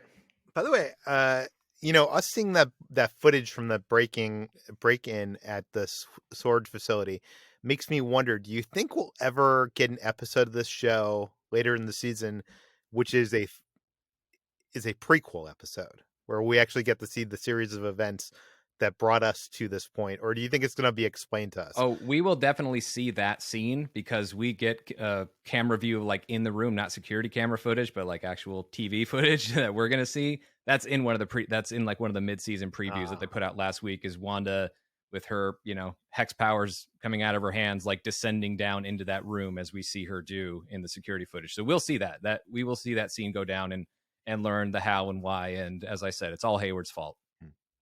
I always love when a TV show does that, where like it has a whole season, and then like they'll next to I guess penultimate episode is like a flashback to before that season that like brings everything in perspective for the finale. And that'd be really cool if they did that Yeah, I here. don't know if it'll be an entire episode flashback, but we will certainly flash back to that scene and learn Yeah. the truth behind it. Okay, so Monica realizes that her 70s outfit she escaped from the hex with is actually still her bulletproof vest and her, what were they, like bulletproof jeans or something? Yeah, like her entire outfit became Kevlar, like her vest. And that's what I feel like is maybe, and this is totally me being too granular and reading way too much into it. So skip the next 45 seconds. But if you're still here, like I think that this might explain Wanda, or not Wanda, Monica getting her powers, right? Because Wanda did something to protect her. So what if that little force field that Wanda wrapped Monica up in to expel her from Westview is like what sticks to her as she goes through the barrier, in the same way that like the Kevlar transformation remained for her clothing. So maybe that's the Marvel pseudoscience, and using the word science generously, explanation of Monica getting her powers. By the way, when I was doing my research for this episode, I'm always proud when I have a thought that I have not found when I was like searching Twitter and stuff. And this is one I did not see. Um, Maybe her necklace, which was the sword necklace, was actually her sword name badge that transformed into necklace. Oh, maybe. Yeah. So, anyways, not that it matters, but I just thought that it would be a cool thing. Monica wonders what happens if we send something in that requires no change. Um, I love here that we're learning more about how this world works and how things are working in a greater depth, because I really feel uh that with a Marvel thing at points you really don't need to explain some of this, and I really appreciate that they are going to explain this Hmm. stuff, because this is the stuff that like I get fixated on. So It okay. also points to things getting easier for Sword, right? Because as we progress through the decades, we get closer to modern times, which means there's more and more technology that's still going to be around and available from these Oh, various time periods in order to get inside of Westview. although, Minus, the big truck that's like crashing into the barrier later. well, I was gonna say, let's skip to this right now. At the end of the episode, Wanda goes back into the hex, and there's this big moment that's played as a big moment of like this red wall that Mhm. surrounds the hex. And on my first viewing, I was like, why are they playing this off like it's a big moment? Like maybe it's a big moment because like she's this evil villain. But then on my second viewing of it, I was thinking maybe she has created a greater force field around the hex. That's what the Right. red wall is. So I'm wondering if they can even send anything inside the hex anymore. That's a good point, because yeah, we do see that something else is like later in another preview is like trying to crash into it and can't quite get through. So yeah, maybe by exposing that weakness, like now they've given Monica, or not Monica, Wanda, the reason to basically solve for that. So yeah, maybe those things won't be as available to them anymore. Okay, so we go to Vision's workplace, which is computational services, and it now Mhm. has a cool 80s style sign outside. And they have just gotten computers and get their first electronic mail, a top Yeah. secret email from Darcy on her findings on Wanda. And the workplace thinks the email, everybody's reading it, they think it's so funny, but Vision is really concerned, and he uses this moment to touch Norm and unlock his real self. Norm says Vision has to stop her. She's in his head. None of his thoughts are his own. He's trying, he's frantically trying to like call his family. Now we're like finally seeing, you know, the casualty of the situation, I think, Right. of these people. But I do want to bring up a crazy theory here. Norm says Vision has to stop her. He Hmm. never says Wanda. He says her. True. So I'm wondering, could there be a twist here headed up that it's not Wanda that he needs to stop, but it's actually Agatha Harkness? aka what's her name? Agnes. Agnes. Yeah. Sorry, I keep on messing up the names. What do you guys think of Ben? What do you think of that theory? Um, I'll defer to Sean on that one. Um, there's interesting things happening here with Agnes that have me just no idea. Have me thinking I can't solve for Agnes at this point. Wanda is obviously summoning Agnes, which points to, and every time Agnes has provided her with some form of help. She needs to plan for an event with her husband, special occasion, even though she doesn't know what that special occasion is, and probably doesn't know that she summoned Agnes in that instance, but she's clearly been summoning Agnes in this episode when she's needed help, which points to these two characters having some understanding when all of this started. Even though Wanda is surprised by Agnes breaking the reality, she's still completely comfortable around Agnes, doesn't mind showing her true self or anything like that.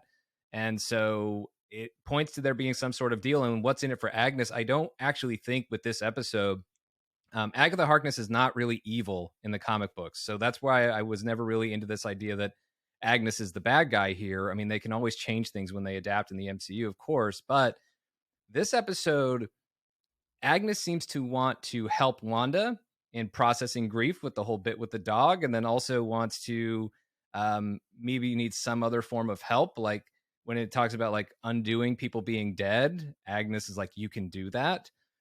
Is that what Agnes is hoping to get out of this? Is there somebody she hopes Wanda can bring back for her, be that Ralph or be that her own children or whatever that is?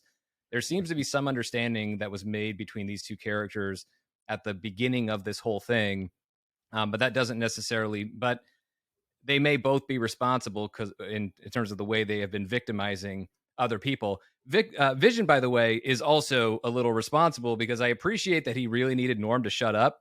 But that poor guy explained how much pain he's in when when that stuff is happening, and Vision put him right back in it. So I wasn't really on board with that. But I also know that the less Norm knows, probably the less danger he's in, less immediate danger he's in as far as being killed. Okay, so Monica is able to send an 80s era drone into Westview to Wanda's home. Wanda has framed the drone out of the broadcast. Monica tries to communicate with Wanda, and Hayward tells them to take a shot. I guess she didn't know that it was armed or didn't know that Hayward was going to do that.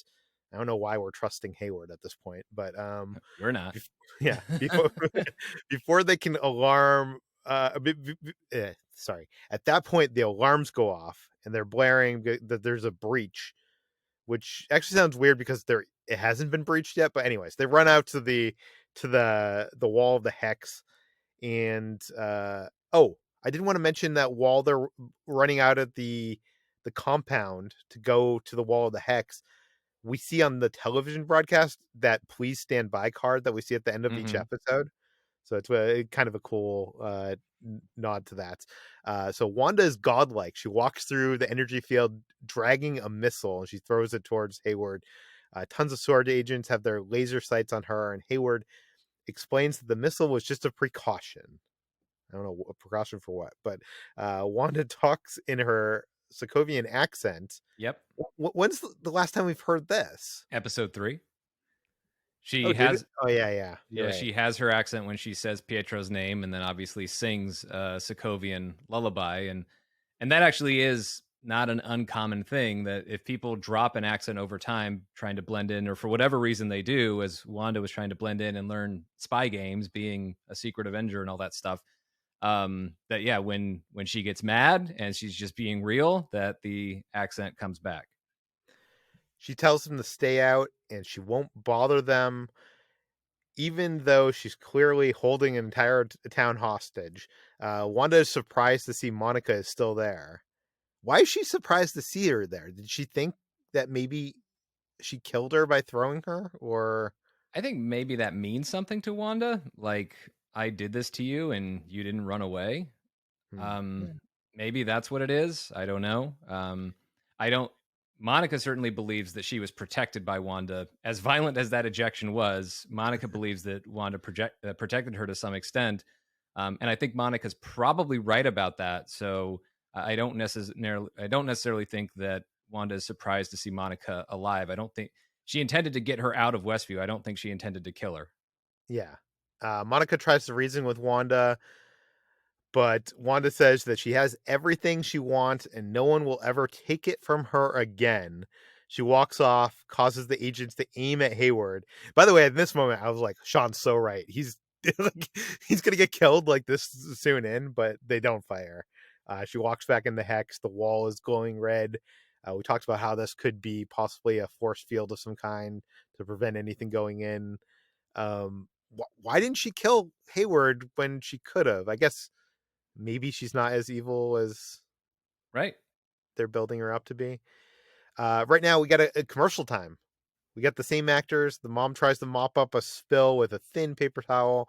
She needs Lagos brand paper towels.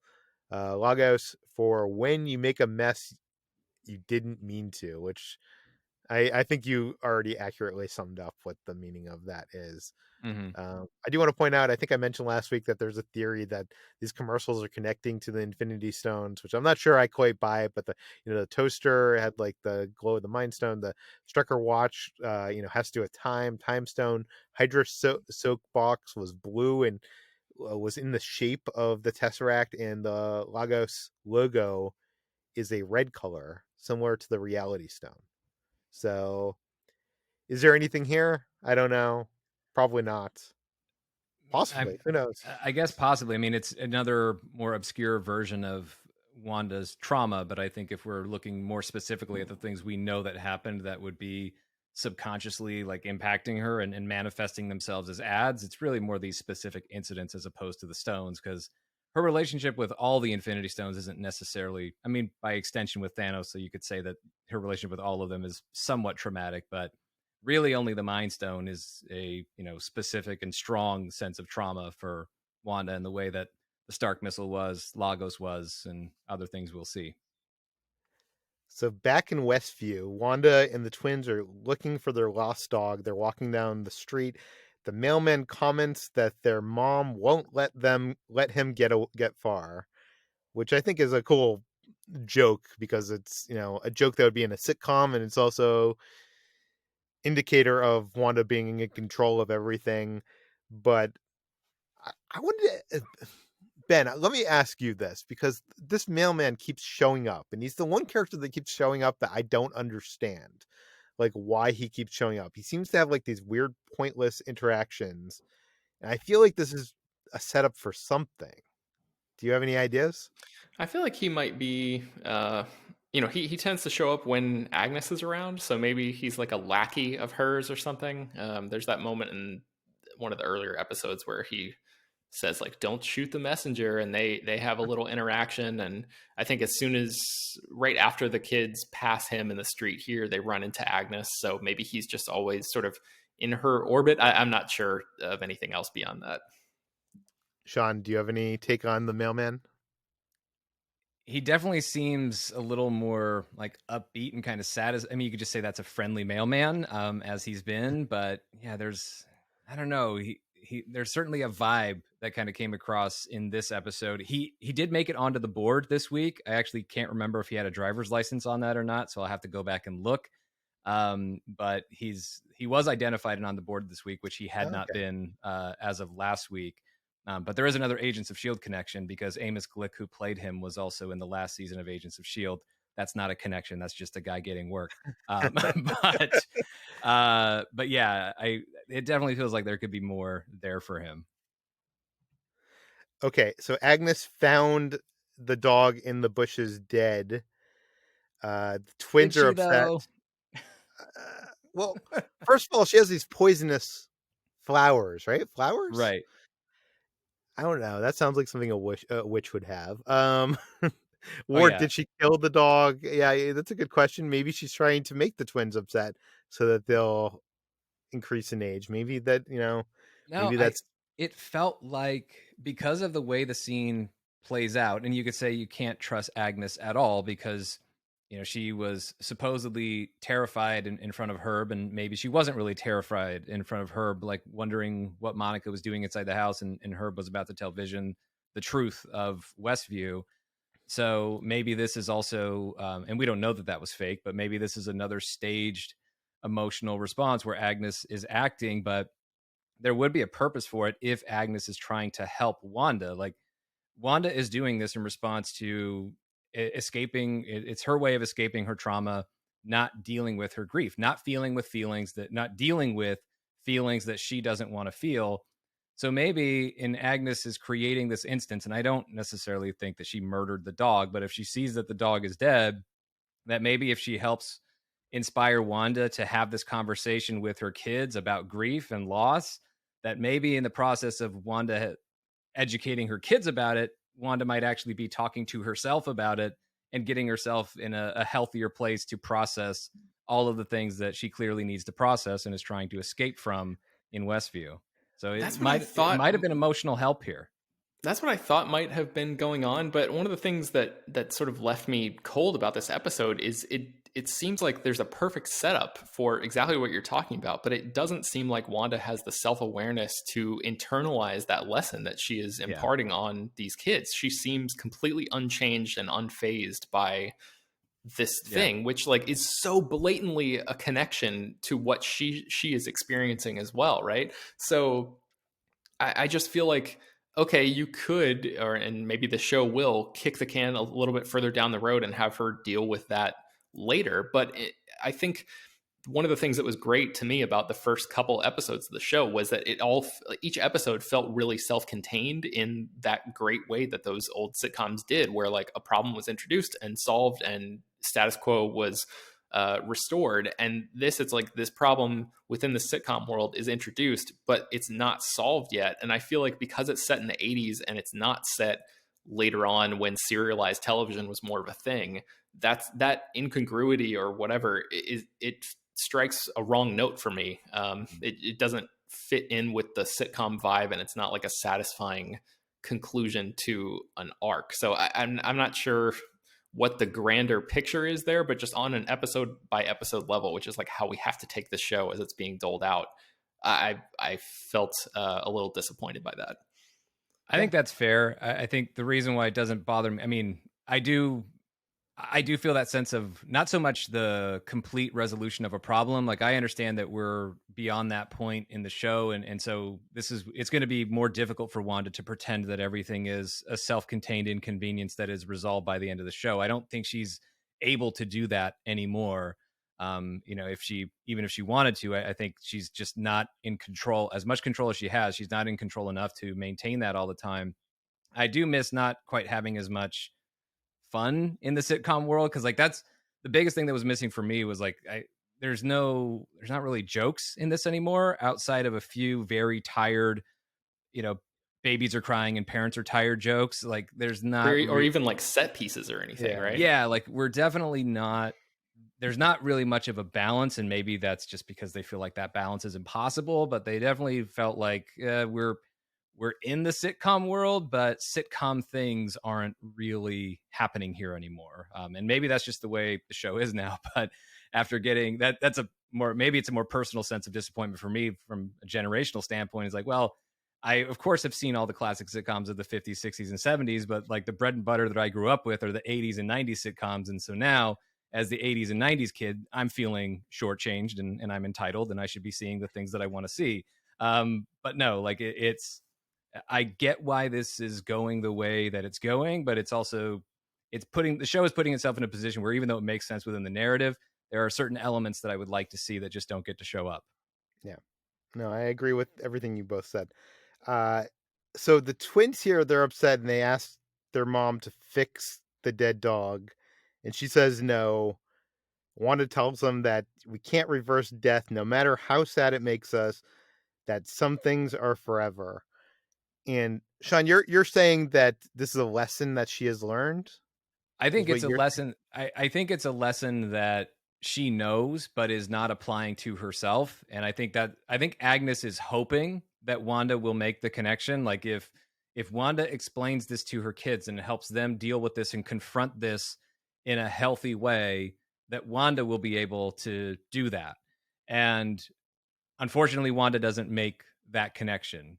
Should she? Yes, but we know that she's pretending a lot of things aren't real and don't necessarily apply to her. And she would not be the first person in the history of the world to not take her own emotional advice. So I don't really. So I understand what I think. I think Agnes's goal is sound, and I think that's what she is trying to do is to get Wanda to, by association, connect these things back to herself. But Wanda is still blocking that. This is an interesting take on it because I feel like when I saw it, I just took it at face value of her saying that it's impossible to bring things back from the dead, which then asks, it's the question earlier that Wu and Darcy were like, how, if she doesn't have the mind, like the one of the Infinity Stones, like how did she bring Vision back from the dead? And I felt like this is the show answering that question of Yeah. Wanda herself admitting that there is no way to bring someone back from the dead. So Right. what does that mean for Vision? Is how I was taking it. Well, Vision says he has no memories before Westview. So whatever she's brought back isn't entirely Vision. So either she has, or somehow his memories are blocked, or he doesn't have them because that's not him. It's not the same dude. Um, and we also don't know that she brought him back entirely by herself. I mean, is Sword going to get 12% of the credit, to use Marvel percentages, like because they were working on him when she grabbed him? And Shuri laid the foundation for it by saving her work in Wakanda. So did Sword take what Shuri started and advance it a bit more, and then Wanda put on the finishing touches? We don't know. Yeah. Okay, so later at home, Vision tries to tell Wanda that he talked to Norm and felt his pain, but she just wants to move on. She just wants to let's go in the other room, watch TV. And he says she can't control him like she does them. And she responds, "Can't I?" And instead of having the argument, I think this is the most brilliant part of the sitcom aspect of this episode was Wanda decides to roll the credits. And it's brilliant because, well, it's brilliant to use that as like, this is how I'm ending the argument, roll the credits. And then Vision won't let the episode end and he just keeps on arguing. And then he asks about the Maximoff anomaly, which I was that wording from the email? I'm guessing it must have been, right? I can't remember the I mean, exact phrasing of the email, but yeah, I yeah. mean that must be what he's referring to. Well, we heard Hayward refer to this event as the Westview anomaly. Um, so yeah, maybe the Maximoff anomaly is somewhere in that email. I'd have to go back and look. Yeah. He wants to know, was it subconscious at first? Vision gets so angry. He actually believes that's what it was. He's already Yeah. kind of assumed that it started out as subconscious, but regardless of how it started, Wanda has since become aware. Yeah. And he gets so angry that the credits stop and he transforms himself in his true self. And he's upset that she's imprisoning all these people. They both rise into the air in offensive stances, like they're gonna, really have a battle. And Wanda conjuring up her red orbs or whatever you want to call that. Wanda says, "All of this is for us." And Vision asks, "What's outside of Westview?" And she says, "He doesn't want to know." What does that mean? I mean, maybe he doesn't want to know because for The Vision, reality? there's nothing outside of Yeah, Westview. because he's dead outside, I guess. Yeah. Vision I Or just doesn't. looked. I just looked it up, Peter. It does say Maximoff anomaly on yeah, the email. So Okay, I um, didn't check that in my second viewing, and I was thinking like, how did he know about the? or maybe if Wanda, or maybe I'm sorry, if Vision leaves Westview, maybe Sword is able to control him. Yeah, Maybe whatever they were working on, like he is shielded from that control by being inside of Westview, but outside of Westview, he's going to become that living weapon that he doesn't want to be. yeah. So Vision mentions, as you mentioned before, that he doesn't remember his life before Westview, which to me is like, audiences at home. That's a question that you need to be asking yourselves. And the next thing he says do is, we remember life before WandaVision? Is that what you're? Vision wonders why there are no other children in Westview. And that's something I've been wondering. I know we touched on it in a Mhm. past episode, but like, if she transformed this town, into what you wanted it to be. Like, are there children playing adult character? Like, or did the children just get killed? Or what happened to the children? Because there must have been children in this town, right? I mean, I don't think she pulled an Anakin, so I don't think the kids are dead, but maybe they're in some other pocket dimension, and maybe that's what it was. Is maybe deep down Wanda knows that what she's doing is harmful and the children are innocent, and so she's removed them from that reality, but then of course could presumably be brought back when this is all going to be resolved. um, is that why everybody is chanting for the children? Is they actually weren't performing a ritual to help Wanda have children, but they were like begging for their children back? Is that what's happening? I honestly don't know. But yeah, now that Vision has clocked it, like, yeah, this clearly means something, that that children are absent from Westview. So Wanda argues that she doesn't have the power to control everyone and everything in Westview. Ben, you said that you think that's just like a deflective statement, that like that's not true. She doesn't believe that. Like, Well, I don't know. I think Sean's convinced me. I think she has some power, but I do think maybe at least it would be a huge jump, right? Going from the power that we've seen her display in the MCU movies to the power. I mean, I think because Monica specifically calls it out and says like this would require such a huge amount of concentration or power or whatever. I think maybe it makes more sense for her to be able to uh, tweak things and rewind time and whatever, like control some aspects of it. But maybe somebody like Agnes or whatever has a larger spell over the whole thing that is sort of like keeping the engine running a little bit, so she doesn't have to do all that work mentally herself. but then Wanda also admits that she doesn't know how any of this started in the first place, and that's the most interesting bit of this to me. Is she lying here, or maybe she's trying to play to like Vision's statement of like maybe this was started subconsciously in some way? Is she trying to appease him, or is that actually true that I she think, doesn't? yeah, I think there's some truth to that. Maybe it's all true in that she doesn't remember how this started, but not remembering how it started doesn't absolve her of responsibility, because maybe what she doesn't remember is that she made a deal. Yeah, Like which is a comic book thing, that she has made a deal with Mephisto and not remembered. Did that happen? I don't know. The deeper we get into the show and we're not seeing things, and I'm like, I'm starting to doubt all the Mephisto and high evolutionary theories a bit, but unless there's some other twist, which is of course always possible. But if she made some deal with Agnes, for example, ahead of time, then maybe subconsciously that's why she's always summoning Agnes for help, um, not knowing that she's and that's why she's confused by Agnes breaking the reality. Is like, yeah, it's a deal of the two of them working together, and Wanda just has no memory of that part of it. yeah. I will say this, from a screenwriting perspective, usually you plan things in 3 acts. So if you have a season of 9 episodes, the first 3 episodes are kind of like the first act. And as you saw in the end of this first act, we saw Geraldine get thrown out of the hex, and like it opened this bigger world. I feel like, we're on the 5th episode, and the next episode is the 6th episode. And I Mm-hmm. think at the end of that, we're going to have some kind of big event that's going to twist us. It's going to twist this thing even more. What that is, I don't know quite yet, but Right. okay. Let's unpack what happens at the end of this episode. So the doorbell rings. Vision at first thinks that she caused it, but Wanda insists that she didn't. In the Vision and Scarlet Witch graphic novel, this happens, and she opens the door, and it's her father. In this version of events in the show, she opens the door, and on the other side is her brother, but it's a different version of her brother. It's the version of her brother from the X-Men films. It's Quicksilver from the X-Men films. And Darcy even notes out loud that they recast her brother, Mm-hmm. but Wanda doesn't like. I mean, Wanda's obviously surprised that he's alive, but she's not like, this isn't my brother. She hugs him.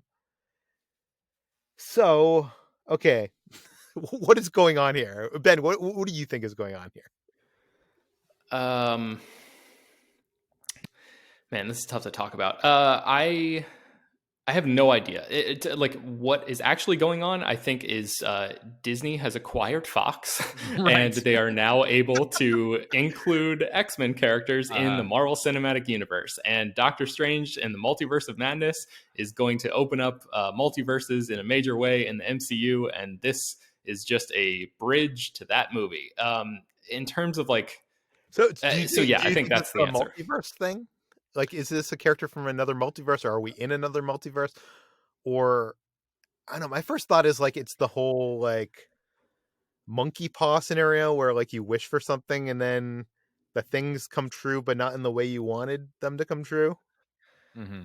To deal with the devil That in a way. might, yeah, that might be true. I think we just have no idea. Like I think this episode was specifically designed to end on this tantalizing note and leave us with 1.5 billion questions and like no hint at what is actually really going on beyond just, hey, that's a different version of this Quicksilver character than the one that we've previously seen in the MCU. So Yeah. in terms of like what is actually happening with the narrative and like what might happen in the next episode, I literally could not tell you. I have no idea where they're going with it. I think just the existence of Evan Peters in this show is the thing for right now. And I personally found that moment, which I know, like, you know, the internet, and I'm sure I'm going to get like raked over the coals for this, and even probably on this very episode, but just like people, you know, go nuts for stuff like this, and I just found it to be so exhausting and like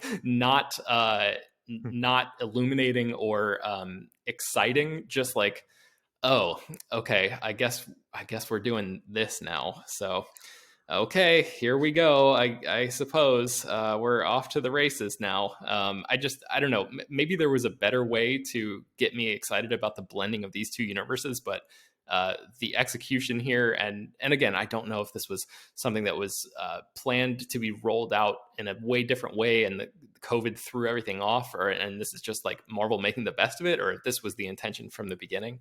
But I did not respond to that reveal in the way that Marvel Studios and Disney Plus wanted me to. I have some friends and I've seen some chatter online of people that didn't even understand that it was Quicksilver from the X-Men films. They just See, thought it that's was I think that's a big another part act. of the problem, is because it requires so much metatextual information, and like if you had just seen only the Marvel Studios movies, you would literally have no idea who that is or why it's important. And Dave Chen and I were talking about this on Instagram Live earlier today, and like he brought up the whole like Benedict Cumberbatch is Khan in Star Trek Into Darkness thing that like requires this extra knowledge, and puts that burden on the audience for understanding a reveal that happens within the world. And you know, I don't want to make it seem like he was equating these two things exactly. He pointed out several differences in terms of like how the storytelling is working in those two properties. But I think the general sentiment behind that connection is true. Like that, there is it's asking a lot. You know, already the Marvel Cinematic Universe, just as a contained series, is already expanding out and in huge ways with these Disney Plus shows and all of the things that they've announced. And you know, we're 20, what, 4 or 5 movies in or something at this point, and there are going to be several coming really, really quickly soon. I just think it's a lot to ask of general audiences to keep all of this stuff in their heads. And of course, this may play out in a way that is completely narratively satisfying over the course of the next episode, the next several episodes, whatever. But just as a moment that Disney and Marvel like clearly, you know, designed in a lab to be the most talked about moment of WandaVision thus far, I found it to be very like strategic and calculating instead of emotionally resonant. See, I don't disagree with that statement because I obviously brought up that concern. I will say to, you know, the David Chen argument, um, that like, you know, when Thanos showed up at the end of Avengers, you know, 99% of the audience in the theater did not know who that guy was. Right. So I would take this as this is like an episode. This is like a, you know, this is like a Marvel movie where at the end and end credits, someone shows up and you have to go home and like be like, who's Thanos? Like, and look up that information and kind of do some work. I don't think this is like the same as like the twist in the middle of Star Trek Into Darkness. I don't want to mischaracterize Dave's Yeah. point, so that I don't think he was saying it was exactly the same thing. But I just feel like yes, I understand what you're saying, that a lot of the Marvel movies, maybe to their detriment, require people to go home and like stand outside of a theater back when theaters were open and Google things and be like, what the hell is this? And I think maybe a case could be made that like the movies themselves should do a better job of introducing this stuff and not necessarily relying on explainer culture to as a crutch for its own storytelling. And then you got to wait 2 years to see that character actually appear in a movie where he interacts with people in a significant way. So yes, I agree that there is a precedent here for this kind of thing in Marvel storytelling. But this one feels especially egregious because it's an existing, it requires an added layer of knowledge. It's not just, oh, who is that guy? They recast him, whatever. It's like, this is literally another character who theoretically has a whole other set of experiences and relationships and dynamics with people that is now being brought in this way, and we don't explore it at all in this episode. It's just to get people talking, and I just found it to be kind of I don't know, a little crass. But Sean, I don't think we've heard from you really in a while. Wait, what did you make of all wait, this? before Sean says what he's going to say, I just want to say one other thing. I also feel like there's no way to explain it in this episode. There's no way to set this up. There's no way to be like, there's the X-Men in another universe, and there's another version of Quick. Like, there's literally no way, and there's no way for Darcy to be to say that either. Like, I think there is a way. I think, somebody opens a portal and walks in and, the word multiverse could be thrown around. I mean, not in the context of this episode as it exists up until, 30 seconds before that doorbell rings. But I think if you want to lay a track for this moment, there is a way to do it that doesn't require that doesn't require the ask of the audience that this show is making. But that's just me. Okay, Sean, I know you've been waiting this whole time. What are your thoughts on this? I don't think the audience is being asked to know who this is and know his full backstory from the Fox X-Men films. I think what Marvel does very well is they allow different members of the audience to engage with these stories on different levels. And so I think there's a level of satisfaction, or at least curiosity, to be attained through this scene, regardless of your knowledge level. So whether you're an obsessive fan like me or just a reasonable human being, I think there's ways to still have fun and be able to enjoy what's happening here. So if you are somebody who is well versed in the material and when you see it, whether it's the audio or you hear it via the audio description or you just see it, yes, that's Evan Peters. He played Quicksilver in a different universe. And this has to mean something that's tied into that.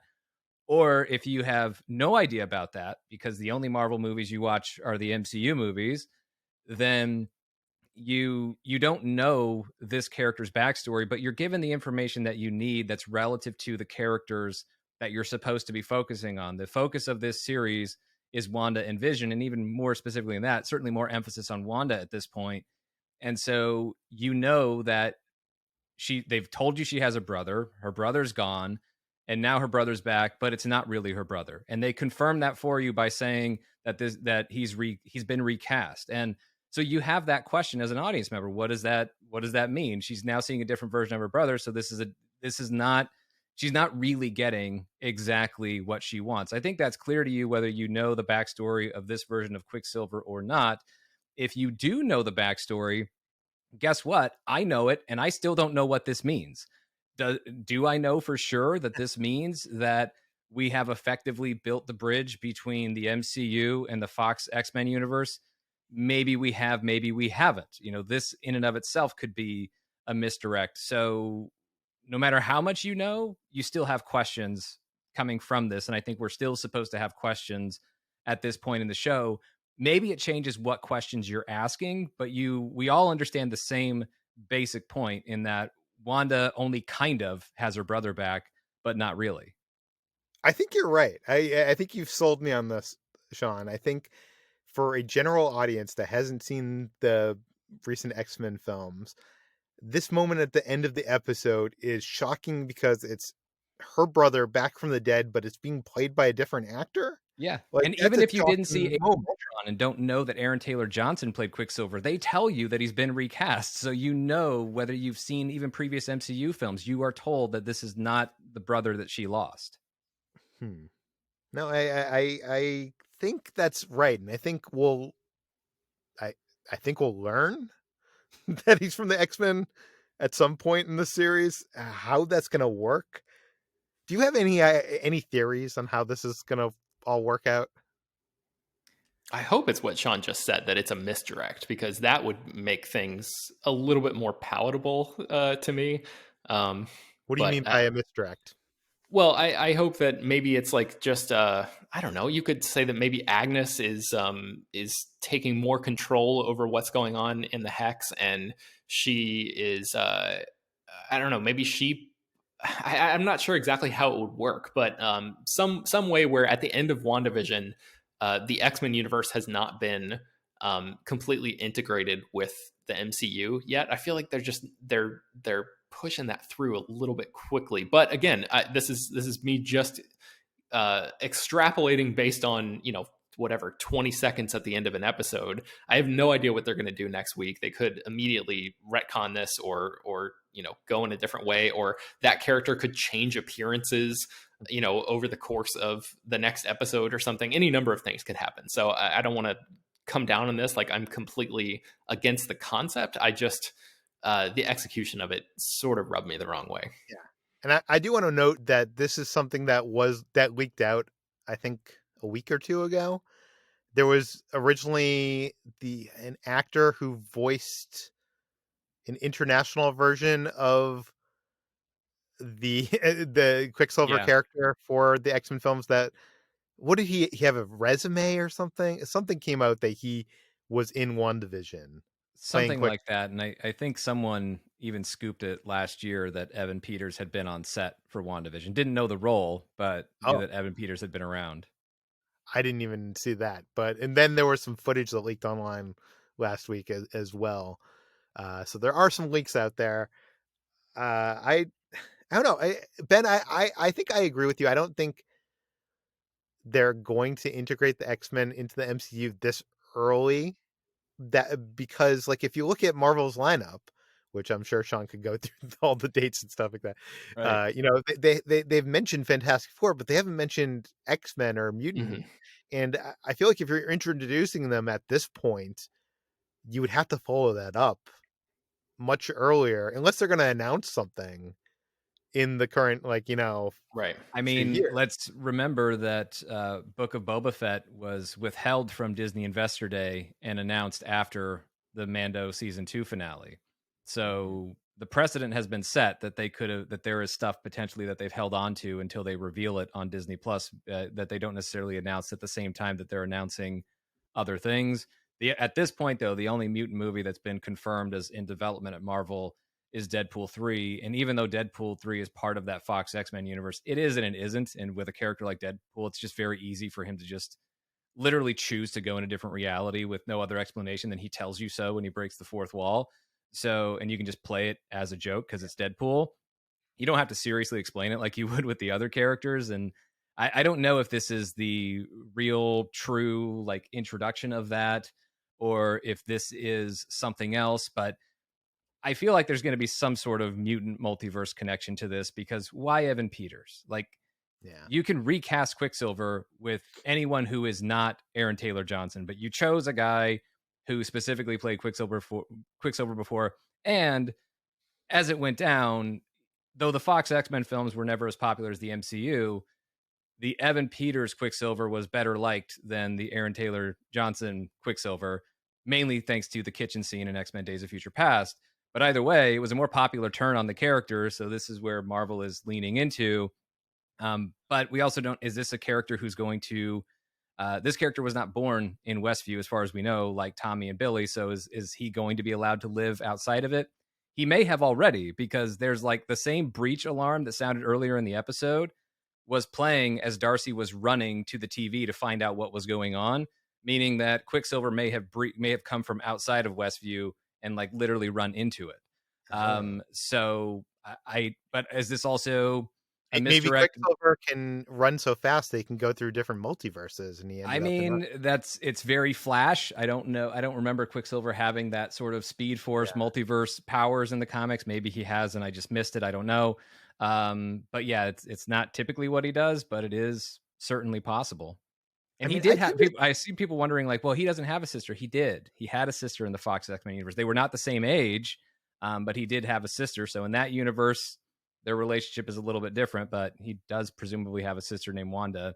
Also interesting though is that this version of Quicksilver, I don't know if he's resurrected or just from the different universe, doesn't know who Vision is, but the dead version of Quicksilver would know who Vision was. Obviously, Vision has no memories before Westview. That's why he doesn't know who Pietro is.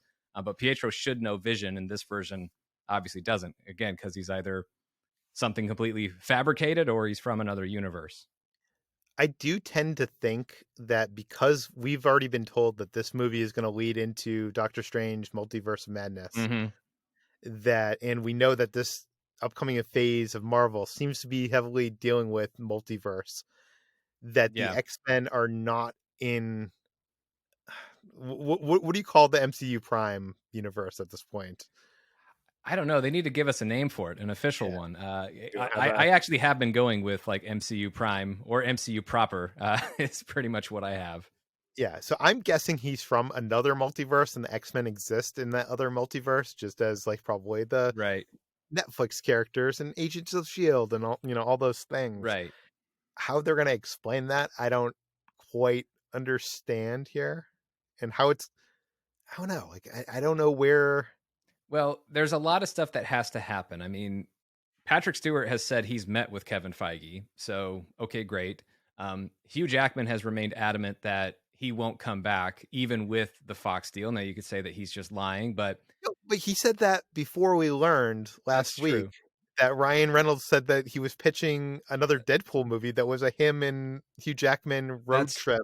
That's true. I mean, I don't know. I would say, look, there's no point in merging the Fox X-Men universe with the MCU unless you're getting Hugh Jackman. Like that's the one that you need to get. If you're not keeping the same iconic movie Wolverine, then why do you even need to go through all of these other leaps to make it happen?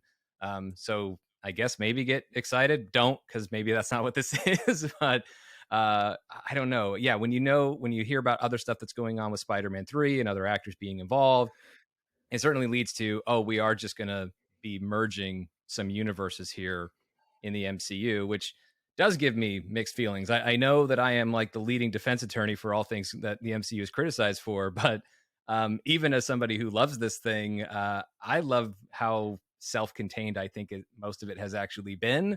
And I think the more they're tying into things that they haven't necessarily controlled and developed themselves, the more opportunities there are for things to just kind of slip through the cracks quality wise. But so far, I'm okay with what they have presented. For me, where it goes from here is that's how I feel about this scene isn't even going to be dictated with how I feel today. It's how I feel about it based on what they tell me next week and in the weeks to come. Right now, it's exciting because I liked Evan Peters as Quicksilver in the Fox X-Men universe, but until I know more precisely what this means and I'm not just guessing, it's too early to know exactly how I feel about it. It's exciting possibilities, but I got to see what they intend to do here. It's funny when you mentioned the Book of Boba Fett in Disney Plus. I don't think it ever occurred to me until that moment. We've always been thinking about X-Men as this big, cinematic movie property. What if it is a Disney Plus TV show? What if, like, I know Kevin Feige has been cagey in answering what of these series are planned as, it's going to have multiple seasons and what are going to be like a mini series, a one and done.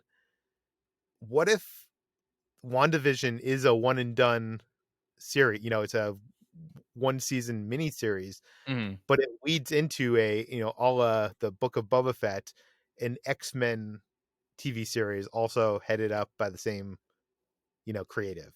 It could. So I don't know. That would be interesting to see X-Men like an X-Men TV series, because I feel like that property always gets shortchanged by being on the big screen, because there's so much like personal dynamics in that team, and having those more hours to tell that story, I think would be so much more beneficial for that franchise. But okay, any theories for that we haven't touched on for upcoming episodes? Any speculation? I'm sure I could drum up like 1,000 more based on what's happening here. I think we've pretty much covered what's out there. As I said, just to summarize on a couple of the things, like I'm not having as much faith in Mephisto in High Evolutionary and like other unintroduced characters being significant forces at play in this. I'm having less and less faith in those theories as the weeks go on.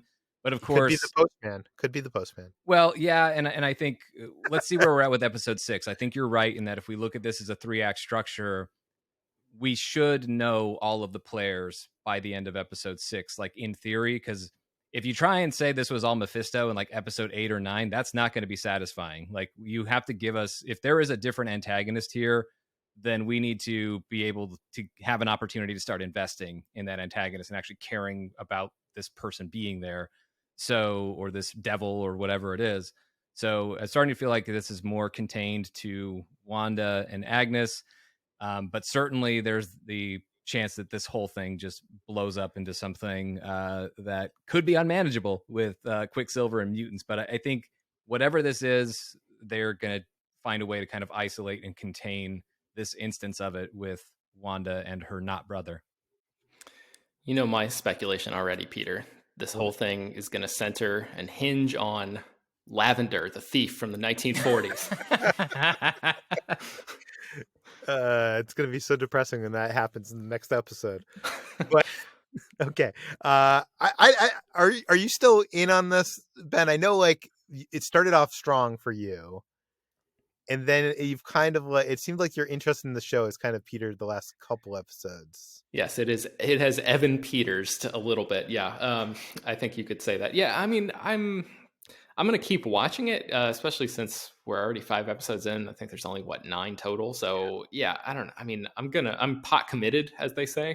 So I'm going to continue to watch the show. I just, I'm way more hesitant about it now, and especially after that final reveal of this week's episode, than I was after like seeing the first 2 episodes, which I thought were like really well done and self-contained. And maybe, I don't know, if they like nail the aesthetic and the tone and everything of like the 90s aspect of a sitcom, if they do that in the next episode, or if they give us another like Marvel episode where like Tyler Hayward falls in a pit of piranhas or something, because I really hate that character, then maybe I'll be more all in on it. But as of now, I guess I'm like half in.